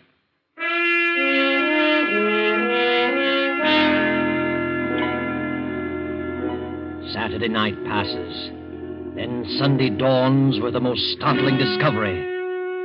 Rawlins, the chauffeur, has been found dead, shot to death in his apartment over the garage. No evidence is discovered, no weapon, no fingerprints, nothing. Now it is late afternoon. Oh, this is a fine mess. A murder in my own home. Everything will come out all right, Henry. You're certain to find the person who did it. Oh, yes, He may have had some enemies. After all, we know very little about him. He'd only been here a short while. Don't you understand? I'm the district attorney. Murder has been committed in my own home. Why, if I can't bring this to a solution, I'll be a laughingstock. I'll never be reelected. We're trying to help you, Henry. Oh, certainly, yeah. I don't know what I'm going to do, but this has got to be kept from the police department. Once they get into it, it'll be plastered all over the front pages of every newspaper in town. Yes. I'll have to handle this from my own office. Well, neither one of us has been out of the house, and we haven't told anyone. What are you worried about? Surely, a man like Rollins could have had many enemies. Who knows what he'd been mixed up in? Captain Stone to see you, Mr. Banning. Captain... Oh. Yes, I was afraid of that. All right. Show him in. Good afternoon, Mr. Banning. Oh, good afternoon, Captain Stone. Well, what are you doing out this way? We heard about your chauffeur. Really? And who told you? Oh, friend. Body hasn't been moved, has it? No, Inspector Stone, it hasn't. Mm-hmm. Still in the room over the garage. Well, come on, Skelton. Let's have a look. You don't mind, do you, Mr. Banning? Why, no. No, of course not. Well, thank you. We'll be back in a moment. All right. You know, I've got a strange feeling that Jim Blake knows something about this. Blake? Why do you think that? I don't know. He's just the type to think of something like this. Yes, a perfect setup for him. A murder in my own home. Nothing would please him better. Why would Blake resort to anything like this? Why? Because my dear Blake is in a tough spot. Yes. The more I think about it, the more right I think I am. Well, I'm going to have a talk with him. Well, I don't think Blake had anything to do with it. Really? What do you know about it? Well, nothing, Father. Then please allow me to handle this in my own way. Henry, why must you be so harsh? I'm sorry, Father. I think you should keep away from Blake. Why? I don't know. I just think you should. Yes. Well, when I want your opinion, son, I'll ask for it.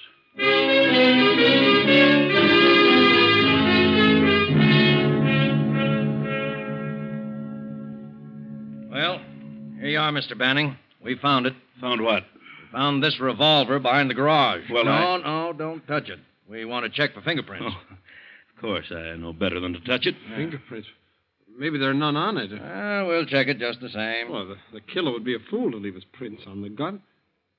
How do you know it is the gun? We'll find out. Ballistics will know. How will they know who the gun belongs to?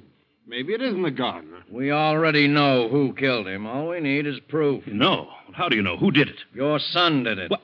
We were tipped off. My son? That's right. Are you crazy? Why should Clyde kill him? He hardly knew him. Look, Mr. Banning, you think I'd come to your house snooping around unless I had a very good reason? Where did you get your tip? Well, I'd rather not say. Who's his friend? Come on, you'd better tell me. I'll bring it out eventually. All I know is that we were tipped off about the murder and told who did it. Your son threatened to kill Rawlins. Who told you that? Jim Blake. He heard him say it. Where did you see Blake, Clyde? Oh, I don't know what they mean. Ask Jim Blake. Come on, Skelton. Let's check that gun with ballistics. A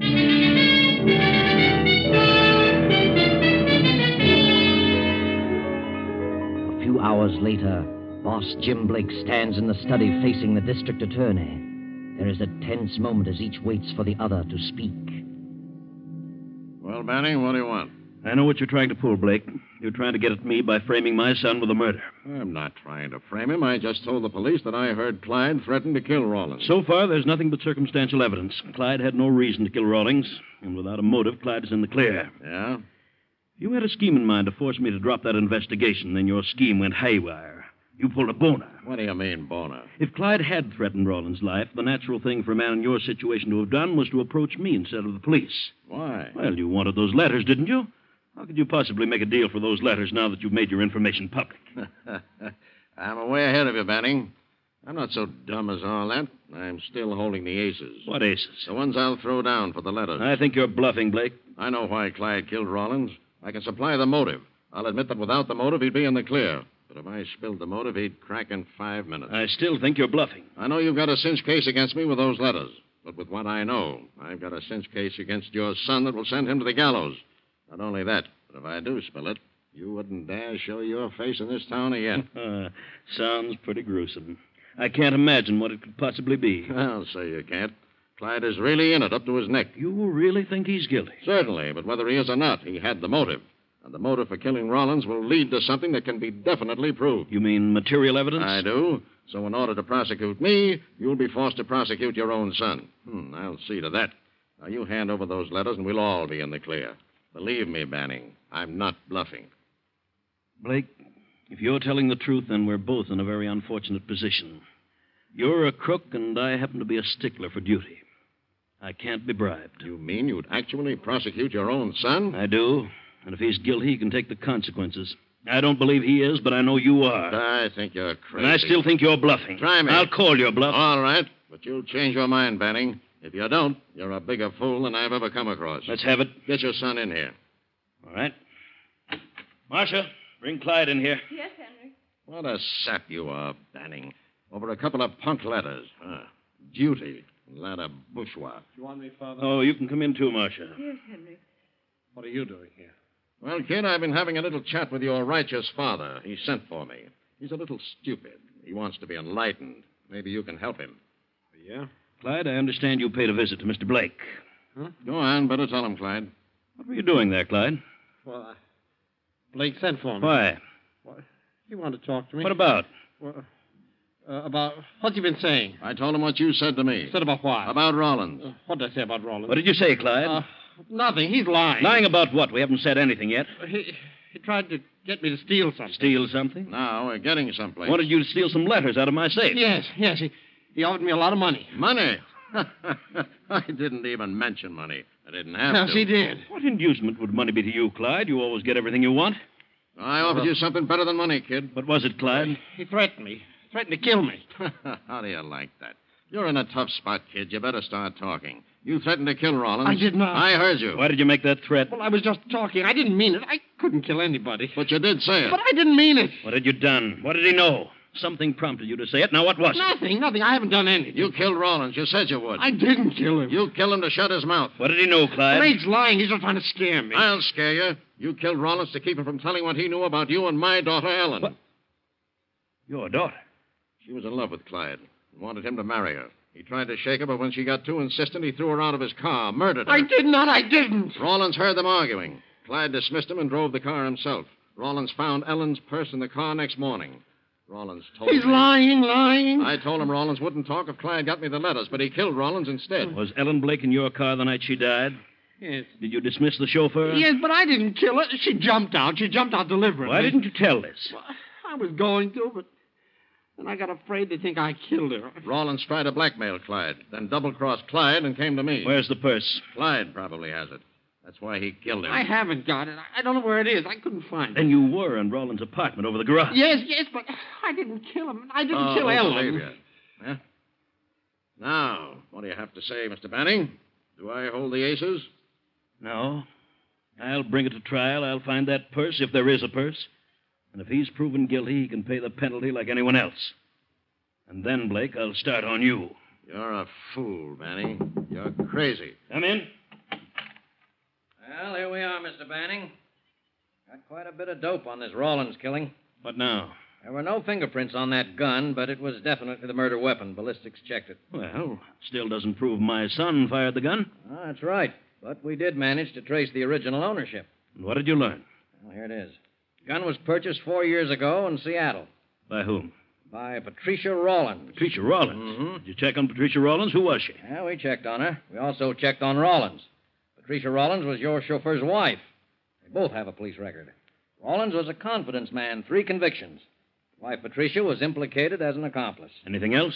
Yes, Rollins disappeared in New Mexico 3 years ago. Finally turned up here.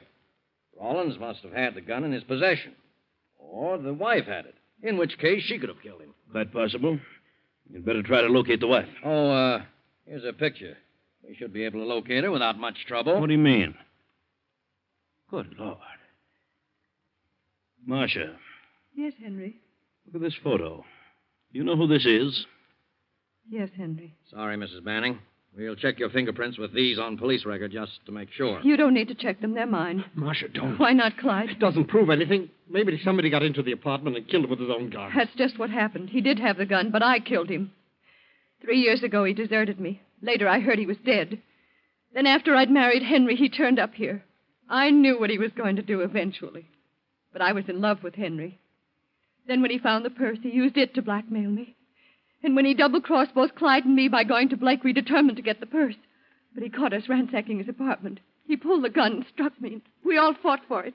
Clyde wrestled with him, and I got the gun and shot him. Why did you tell Marshal? Why? Why not? It doesn't matter now. Tell me, did she shoot in self-defense, Clyde? Certainly. He'd have killed us both. Well, that will clear you of the Rawlins charge. But what about Ellen? He still killed Ellen. Captain Stone, there's a missing purse.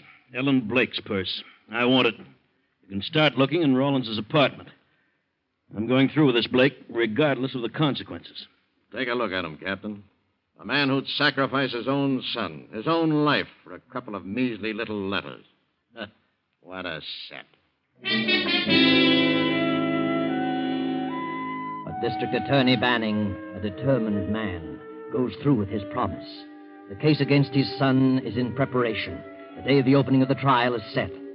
Then the missing purse is found, and in it is a note to Clyde, written and signed by Ellen Blake. Go on, read it, Clyde. Dearest Clyde, I've tried every way to reach you. I know now that you've been avoiding me. I can't go on. I know your faults, but I love you. I can't help it. So I'm going to kill myself. I don't know how, but some way will present itself.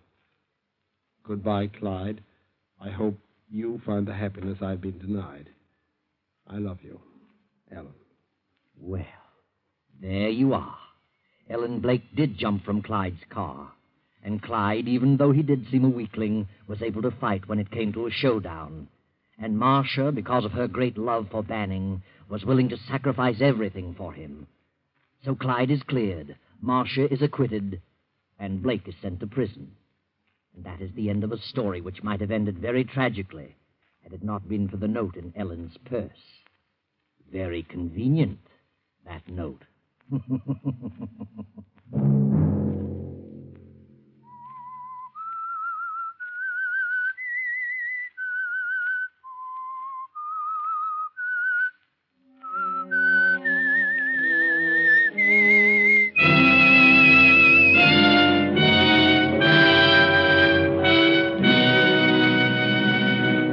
CBS has presented The Whistler. Original music for this production was composed and conducted by Wilbur Hatch. The Whistler is written and directed by J. Donald Wilson and originates from Columbia Square in Hollywood. Next week, 9:30. I, the Whistler, will return to tell you another unusual tale. Good night.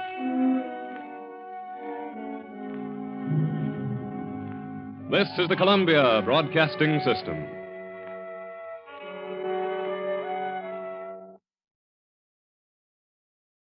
The Signal Oil Program, The Whistler.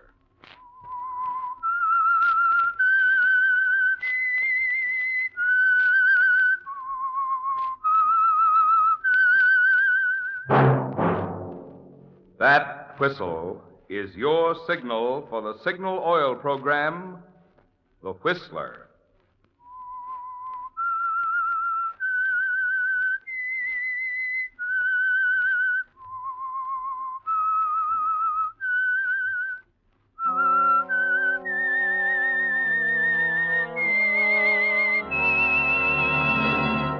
I am the Whistler, and I know many things, for I walk by night. I know many strange tales hidden in the hearts of men and women who have stepped into the shadows. Yes, I know the nameless terrors of which they dare not speak. Yes, friends, it's time for the Signal Oil Program, The Whistler, rated tops in popularity for a longer period of time than any other West Coast program in radio history. And Signal gasoline is tops, too, tops in quality. It takes extra quality, you know, to give you extra mileage. And Signal is the famous Go Farther gasoline.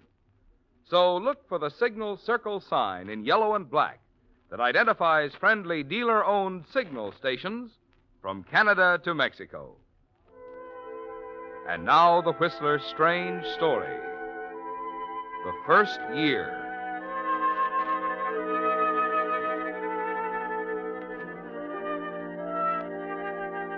The story of Lydia Winters falls naturally into two parts, separated by exactly 1 year, almost to the minute.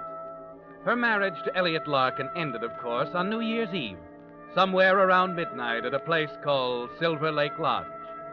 The circumstances surrounding its ending are a matter of record now in the files of the police department, Homicide Division.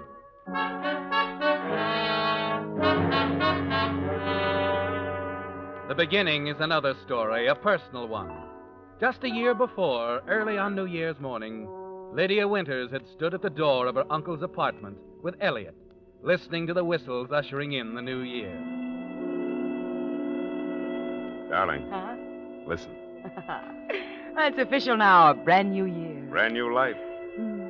I better go in now, Elliot. Look, Lydia, let's go together. You can speak your piece and I'll back I've you up. already told you I want to talk to Uncle Philip alone, darling. Oh, but why waste New Year's Eve? Good Lord, woman, it'll only take a minute to I tell love the old you, boy. dear, and I'm going to marry you. But you might as well learn right now when I make up my mind, I mean it. So Marty tells me. Poor Marty. Yeah, poor Marty. Looked like you hit him with a poleaxe when you told him tonight. He'll get over it. They all do. I wonder if we will. Maybe. But it'll be fun while it lasts. Lydia, why are you marrying me? Oh, you dance well, you're good looking, you have charm of a sort, and of course... My money. Your money. I'm tired of depending on Uncle Philip. Ah, you're a worldly woman. But very practical. Kiss me, darling. Good night, Elliot.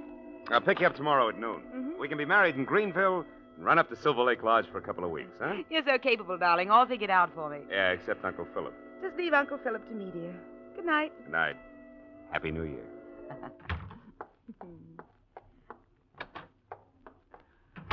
Well, Uncle Philip. Oh, it's you. You old darling, waiting up for me? There's a very good reason, Lydia. I want to talk to you. Seriously, for once. Oh, and I know just what it's about. You don't approve of Elliot, do you, dear? You think he's a fortune hunter, irresponsible, unworthy of me. And I'm so hard and thoughtless and gullible. You through? Yes. Good. Then please understand this. If I have any concern about Elliot Larkin, it's on his account and not yours. Is that so? Exactly. In the proper hands, he might understand you, grow up into a decent human being. With you, he hasn't a chance. Now, wait a minute. If you think you can tell let me... me finish. That's beside the point anyway. You're just like your mother was, Lydia. The same selfishness, the same abysmal ignorance of the true meaning of marriage. You're not in love with this man. He's not in love with you. You're pretty sure of yourself, aren't you? Of course I'm sure. To get to the point, Lydia, I will not approve your marriage to Elliot Larkin or any other man until you indicate some small understanding of what the word means, until you're able to look upon it as a sacred contract instead of an adventure. I see. Now, I'd be grateful if you'd step off the soapbox while I tell you something. I don't care what you think. Listen to me, Lydia. I'm through listening to you. I'm of age, Uncle Philip. Tomorrow afternoon, I'm marrying Elliot, whether you approve or not. I don't care about you or your money or anything else. It's my life, and I intend to live it as I please. I'm leaving at noon tomorrow, Uncle Philip, and there's nothing you can do about it. Nothing I can do about it, eh? Yeah.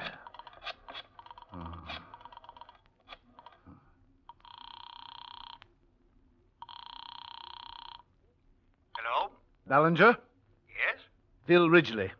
I hate to get you up, old man. Oh, not at all. New Year's, you know. We're having a little party. I want to see you right away, Ballinger, about my will. Oh. How about tomorrow morning? I said right away. Now.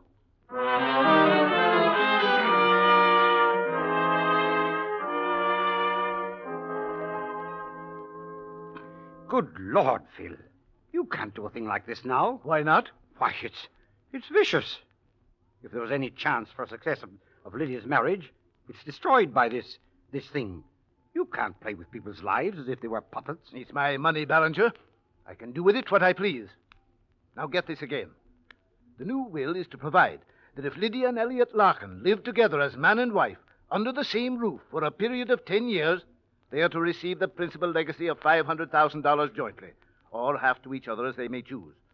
That failing, it goes to the Children's Relief Fund. Got that? That's clear enough. Now, If at any time during those 10 years either one of them die by any means, the entire sum is payable to the survivor immediately. Now, look here, Philip. I realize I'm in no position to question your moral code, but this thing is fiendish. Why, it'll set them at each other's throats. Perhaps it will, Ballinger. Perhaps it will. It's a sort of a test, you know. If I'm right, if the marriage means nothing to either of them, it will destroy them. On the other hand, if I'm wrong, it will be a real reward. Yes, but don't you see? It's not a will, Philip. It's a weapon. Maybe. I know I won't live to see it work out. But you'll see it, Ballinger. You're to acquaint them with the provisions the moment I die. There's a comfortable retainer in there for you to see it's followed to the letter. You know, I envy you, Ballinger. It should prove very interesting.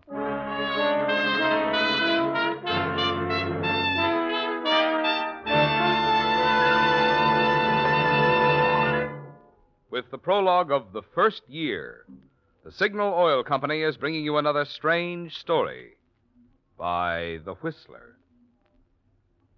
But now, a brief suggestion to help you enjoy new driving pleasure during the new year.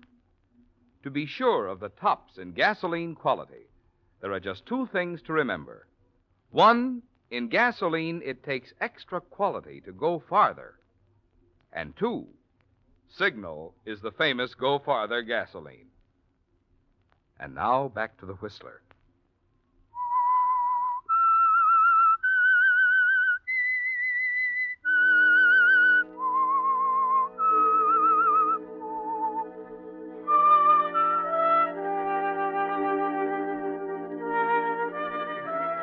Yes, Lydia, it began on a New Year's Eve at a party with Elliot Larkin, when suddenly, impetuously, you decided that here was the answer to Uncle Philip's tyranny, an avenue to freedom. And it's worked out fairly well, hasn't it? It's not a storybook marriage, of course, but you didn't expect that. Still, Elliot is fairly presentable, reasonable, and charming, and you're sure he's wealthy enough to keep you well-dressed and entertained. And until something better comes along, you're content. It was an evening in October that changed all that. The two of you had just arrived home from a football game. Old Johnny Gates. Can you imagine running into him that way? I felt like a lost sheep with the two of you huddled together all Well, I haven't seen him since college. Oh, here, let me take your coat. Uh-huh. There. It was a lucky break running into him that way, you know? Where are the cigarettes? Oh, a minute. Oh, here you are. Catch. Thanks. What do you mean, lucky break? You didn't pay any attention to the game. Well, he's leaving his job. He's going to the Orient. Oh? Yeah, he represents some cordial outfit, liqueurs, that sort of thing, you know. Well, I mean, that's the job he's leaving, and it's a pretty good job. What's that got to do with you? He says he'll recommend me to replace him if I want it. You mean you're going to work? Well, why not? I can't be a playboy all my life, you know. What? Elliot. Elliot, darling, what in the world got into your head? What's so funny, huh? Elliot, you working. Oh. Yeah, well, you better answer the phone. Yeah, excuse me, darling. Hello? Mrs. Larkin? Yes? This is Mr. Ballinger, your uncle's lawyer. I'm not at home to my uncle, Mr. Ballinger. You can tell him Just a minute, Mrs. Larkin. I'm calling to tell you that your uncle passed away this afternoon. I see. It's my duty as his executor to read to you the terms of his will. Who is it, honey? Just a minute, please. Uncle Philip's dead. Something about the will. Oh, let me talk to him. I'll handle it. Mr. Ballinger, perhaps you don't quite understand my relationship with Uncle Philip. Wait a minute. Elliot. Give me that phone What now. do you think you're doing? It's time I knock some sense into your head, Angel. You may as well know it now. We're broke. Well, what? Oh, as close to it as you can get without selling the furniture. That's why I took Johnny up on the job. Hello? You had money. A lot of it, you said. Never mind that now. You just tell Mr. Ballinger we'll be glad to talk to him. You hear? Go on, take the phone. Hello? Hello, Mr. Ballinger. Yes? We'll be over right away. How'd it taste, dear? What? Humble pie. I'm not in the mood for that sort of thing, Elliot. Why didn't you tell me you were broke? You didn't ask. You just went along with what everyone believed about the Larkin You fortune. think that was fair to me? Well, it works two ways, Angel. After all, I was under the impression your Uncle Philip's worldly goods were practically in your pocket. I see. Well, I guess I'd better make this clear, Elliot. I don't love you. I never did. Oh, now take it easy. And bright and early tomorrow morning, I'm leaving this house and I'm not coming back. Really? Well, I'm going to miss you terribly. Where are you going? Does it matter very much? No, not really. Tomorrow's up to you, Lydia. Tonight, on the other hand... I'll see Mr. Ballinger alone. We're going together, darling. Somehow I'm just a little curious about your uncle's will.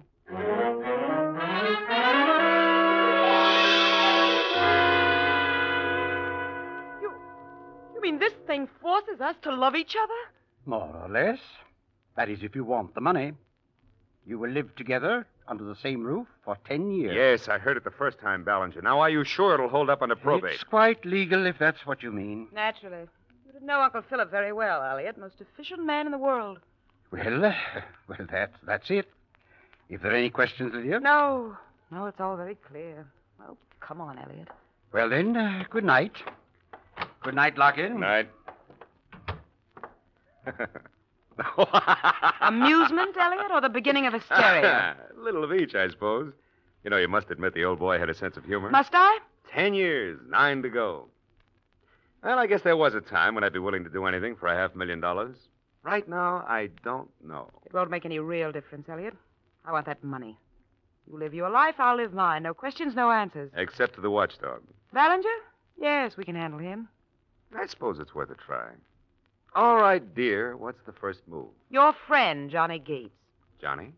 You'll need that job now. You have a wife and home to support. Remember?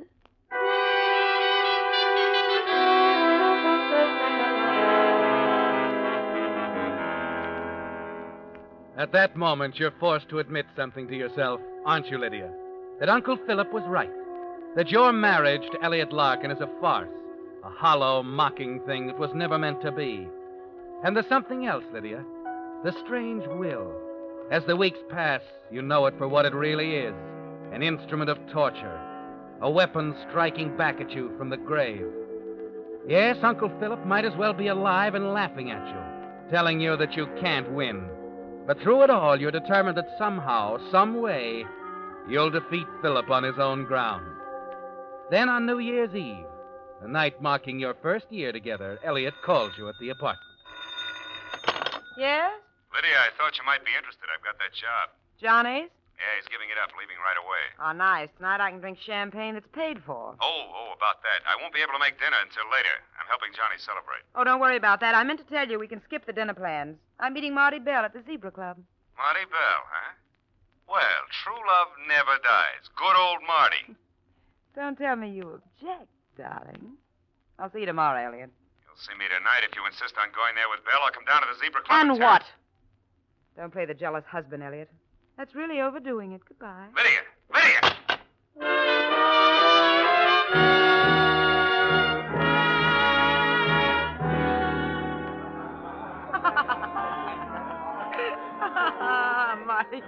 Marty, you're very amusing. But I mean it, Lydia. I love you. Does anyone really mean that? I want you to go away with me, Lydia. Leave Elliot. Please, Marty. Trying to break up the perfectly matched, adoring Larkin. It isn't breaking anything up, and you know it. You're not fooling me, Lydia. Stop it, Marty. You don't care a hang for Elliot. I said stop it. Hello. There's someone coming over to our table, an old friend. Really? I don't see anyone Mr. Ballinger. What an unexpected surprise. Yes, I dare say. I'd like you to meet Marty Bell, an old friend of Elliot's. Oh. Marty, Mr. Ballinger. How do you do, Mr. Marty's Ballinger? keeping me company while I wait for Elliot, but he has an appointment. Maybe you'd sit in for a while, Mr. Ballinger. Glad to, but... Then Marty won't have to waste any more time. I'm not wasting time, It's Lydia. all right. You've been a dear, Marty. I'll tell Elliot now. Run along. Nice to meet you, Bill. Yeah, same here. Well, goodbye, Lydia. Bye, Marty, and thanks so much. He's such a dear. Lydia, I've been intending to bring this up for some time. I've been disturbed about things that I've been hearing. Things? What things? About you and Elliot. Oh? You know, when there's any sign of trouble between you, you're on dangerous ground. Why, Mr. Ballinger, I don't know what you're talking about. We're getting along beautifully. Where is Elliot, Lydia? It's New Year's Eve. You two should be together. Well, of course we should, but the night's only beginning, Mr. Ballinger. Why, I talked to Elliot only a little while ago. He's going to be here. Do you mind if I wait? I know. I'd appreciate it if you would. Wait, there he is now. He just came in. Would you excuse me a minute? I'll tell him where we are. Excuse me? Well, sure. Would you let me through, please? Oh, sure. I'm sorry, lady. Pardon me, It's please. okay. Elliot! Elliot! Oh, there you are. Where's Marty? I want to talk to He's him. not here, Elliot. Come over to the table with me. He ran out, huh? I sent him away. Ballinger's here. Ballinger? Smile, darling. He's looking right at us. What? Oh. Would you let us through, please? Yeah, excuse us. Won't Thank you? We're sorry. Thank you. Right here, darling. Right here. Well, here he is, Mr. Ballinger, my stray lamb. Dear, you remember Mr. Ballinger? Hello, Larkin. Yes, how are you, Ballinger? Sit down, my boy. I just ordered a round of drinks. Why, how nice. If you'll permit me, I'd like to offer a toast on your anniversary. 1 year, isn't it? That's right. Ah, one beautiful year. Yes. Well, we can drink to that, and, of course, to your future. May you remain as happy as you are tonight.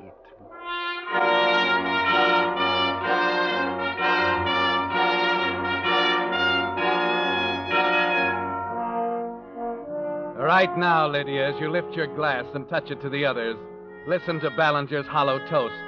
You realize that this can't go on, that 9 more years seem impossible.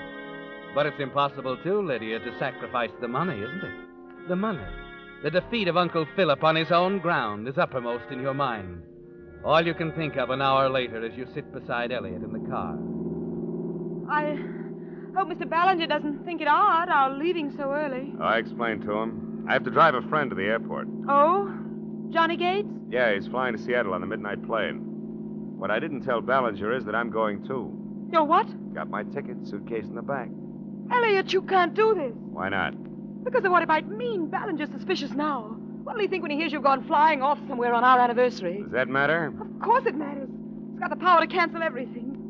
You can't do it, Elliot. Wait a few days at least. I'm sorry. It's my first assignment on the new job. Company expects me to wire them from Seattle in the morning. Why did you agree to such a thing? Maybe I've had all I can stand, Lydia. For $500,000, don't be a fool, Elliot. Look, I'll do anything you say. I'll stay away from Marty. Anything, Elliot, just give me a chance.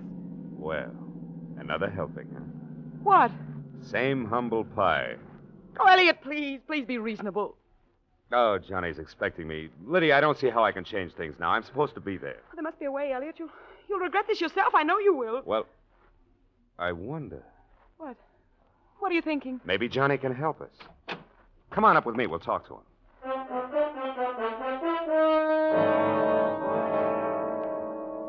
Maybe I'm a little dumb tonight, Elliot. Give me another rundown on that, will you? Well, now, look, Johnny, it's simple. I'd just like an extra day here, that's all. You're flying north anyway. Couldn't you send that wire for me? To cover you with the company. That's right. Now, you see, that way Lydia and I can be together on our anniversary, and I'll be up there in a day or two. Well, I don't suppose there'll be much doing over the holiday anyway. Oh, not a thing. It's just that I don't want to beg off on my first assignment. No, that wouldn't be so good. Okay, pal, I'll handle it for you. Swell. Johnny, I appreciate this, too. Forget it. Elliot's done plenty for me. Oh, Johnny, there's one more thing. I don't like the idea of turning in my plane ticket. You know, just in case the company should check. Oh, I don't think they will. I'd rather not take a chance. Now, look, if it doesn't matter to you, you're leaving the company anyway, couldn't you turn yours back and go in my place all the way through? Well, if you'll feel safer. Well, Johnny, I really would. Okay, let's have it. Say, I'll even check into your hotel for you. Oh, fine. We better get going. Yeah, right away. Well, I'll finish packing. Be with you in a minute. Satisfied, Lydia? Perfectly. Look, as long as we're going to make it look good to Ballinger, maybe we can go the whole hog. How do you mean? Well, after we drop Johnny at the airport, how about driving up to Silver Lake Lodge? Wonderful. Remember the first time we were there? A brand new year, a brand new life. I remember it perfectly, Elliot. I'd love to go. I think it's exactly what Mr. Ballinger would like.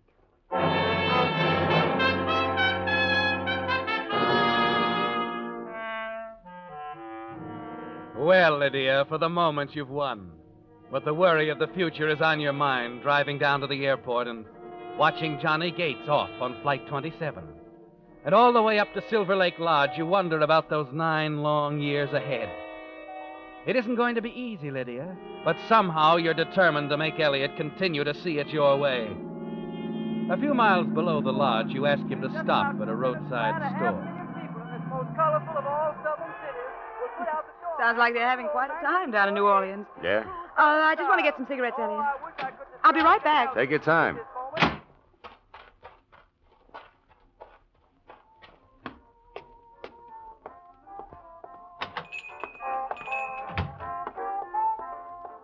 Yes, ma'am? A pack of cigarettes, please. Take your pick. Oh, these'll do. Here you are. Yeah, thanks. A brief announcement, then back to the New Year's round-the-town celebration. Flight 27 of Peerless Airlines, northbound for Seattle, crashed and burned in an unexplained accident 1 hour ago. All on board were killed. That news comes suddenly, doesn't it, Lydia? The answer to everything.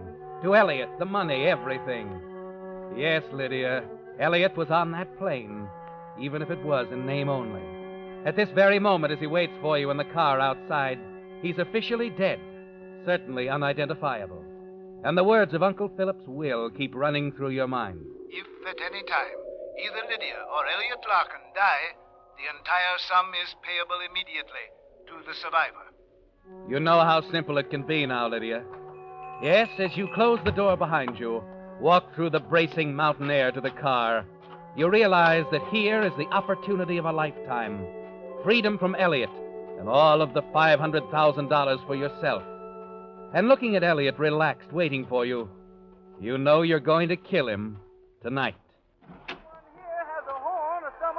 Sorry to keep you waiting. Oh, it's all right. Just as I went into the store, there was some sort of news flash on the radio. You hear it? News flash? No, some other station, probably. Yes, I suppose so. Hey, I was enjoying that. New Year's Eve in New Orleans. Please, I'd like it quiet. We'll be up at the cabin in a few minutes. Right now, I want to think.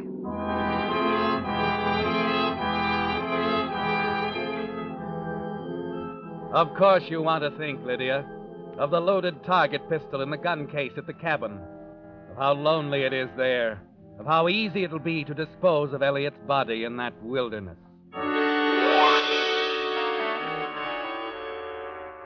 Less than an hour later, you're at the cabin, ready to put your plan in operation. The pistol is just beneath your hand, stuck between the sofa cushions as you sit before the fire Elliot has built for the occasion. You steady your nerves and... Elliot, Just a minute, dear. I'm fixing the drink. hurry it up, will you? You're tense now, bracing yourself. You'll wait until he's moved around and is standing right in front of you, holding the drinks on the tray. That way it can't go wrong.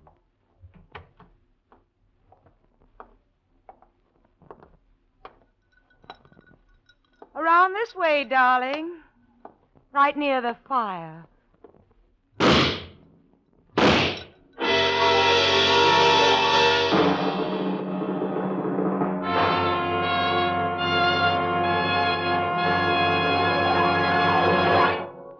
The Whistler will return in just a moment with the strange ending to tonight's story. Meantime, for Signal Oil Company and the almost 2,000 Signal dealers throughout the states of California, Oregon, Washington, Idaho, Nevada, and Arizona, I want to wish you a very happy 1948. May your new year be filled with peace, prosperity, and the good health with which to enjoy these blessings. And now back to the Whistler.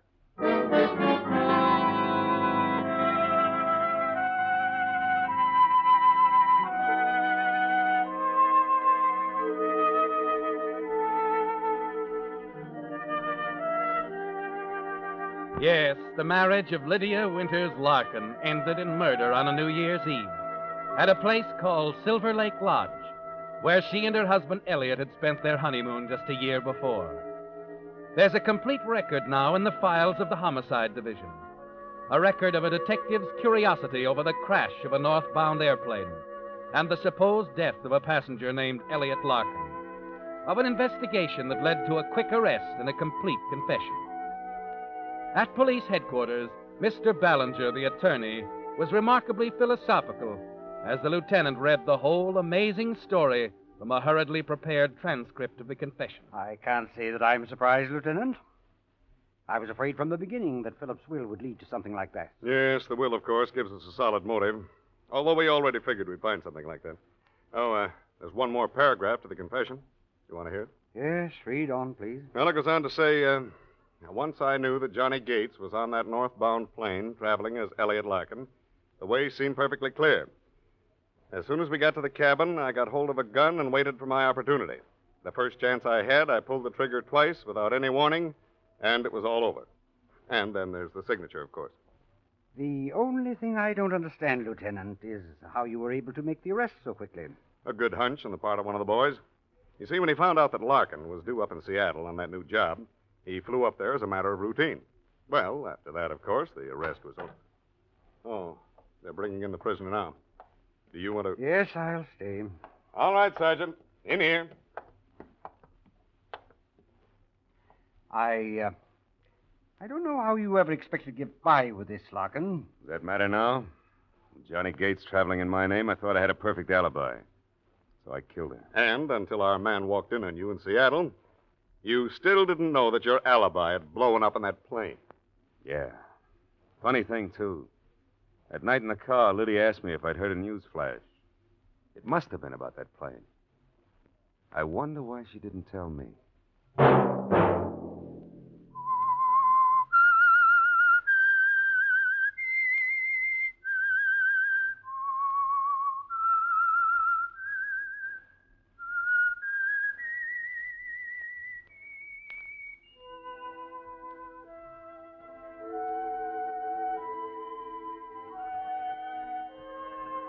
Let that whistle be your signal for the Signal Oil program, The Whistler. Each Wednesday night at the same time, brought to you by the Signal Oil Company, marketers of Signal gasoline and motor oil and fine quality automotive accessories. Because this is New Year's Eve, the safety message with which we have closed every Whistler program during the past year has even more significance tonight. To get the most driving pleasure, drive at sensible speeds, be courteous, and obey traffic regulations. It may save a life, possibly your own.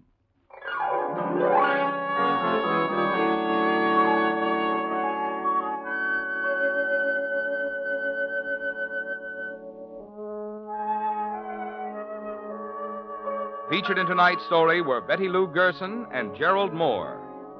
The Whistler was produced by George W. Allen with story by Joel Malone and Harold Swanton and music by Wilbur Hatch, and was transmitted to our troops overseas by the Armed Forces Radio Service. Next Wednesday, for a full hour of mystery over most of these stations, tune in a half hour earlier. Enjoy The Saint as well as The Whistler. This is Marvin Miller speaking. This is CBS, the Columbia Broadcasting System.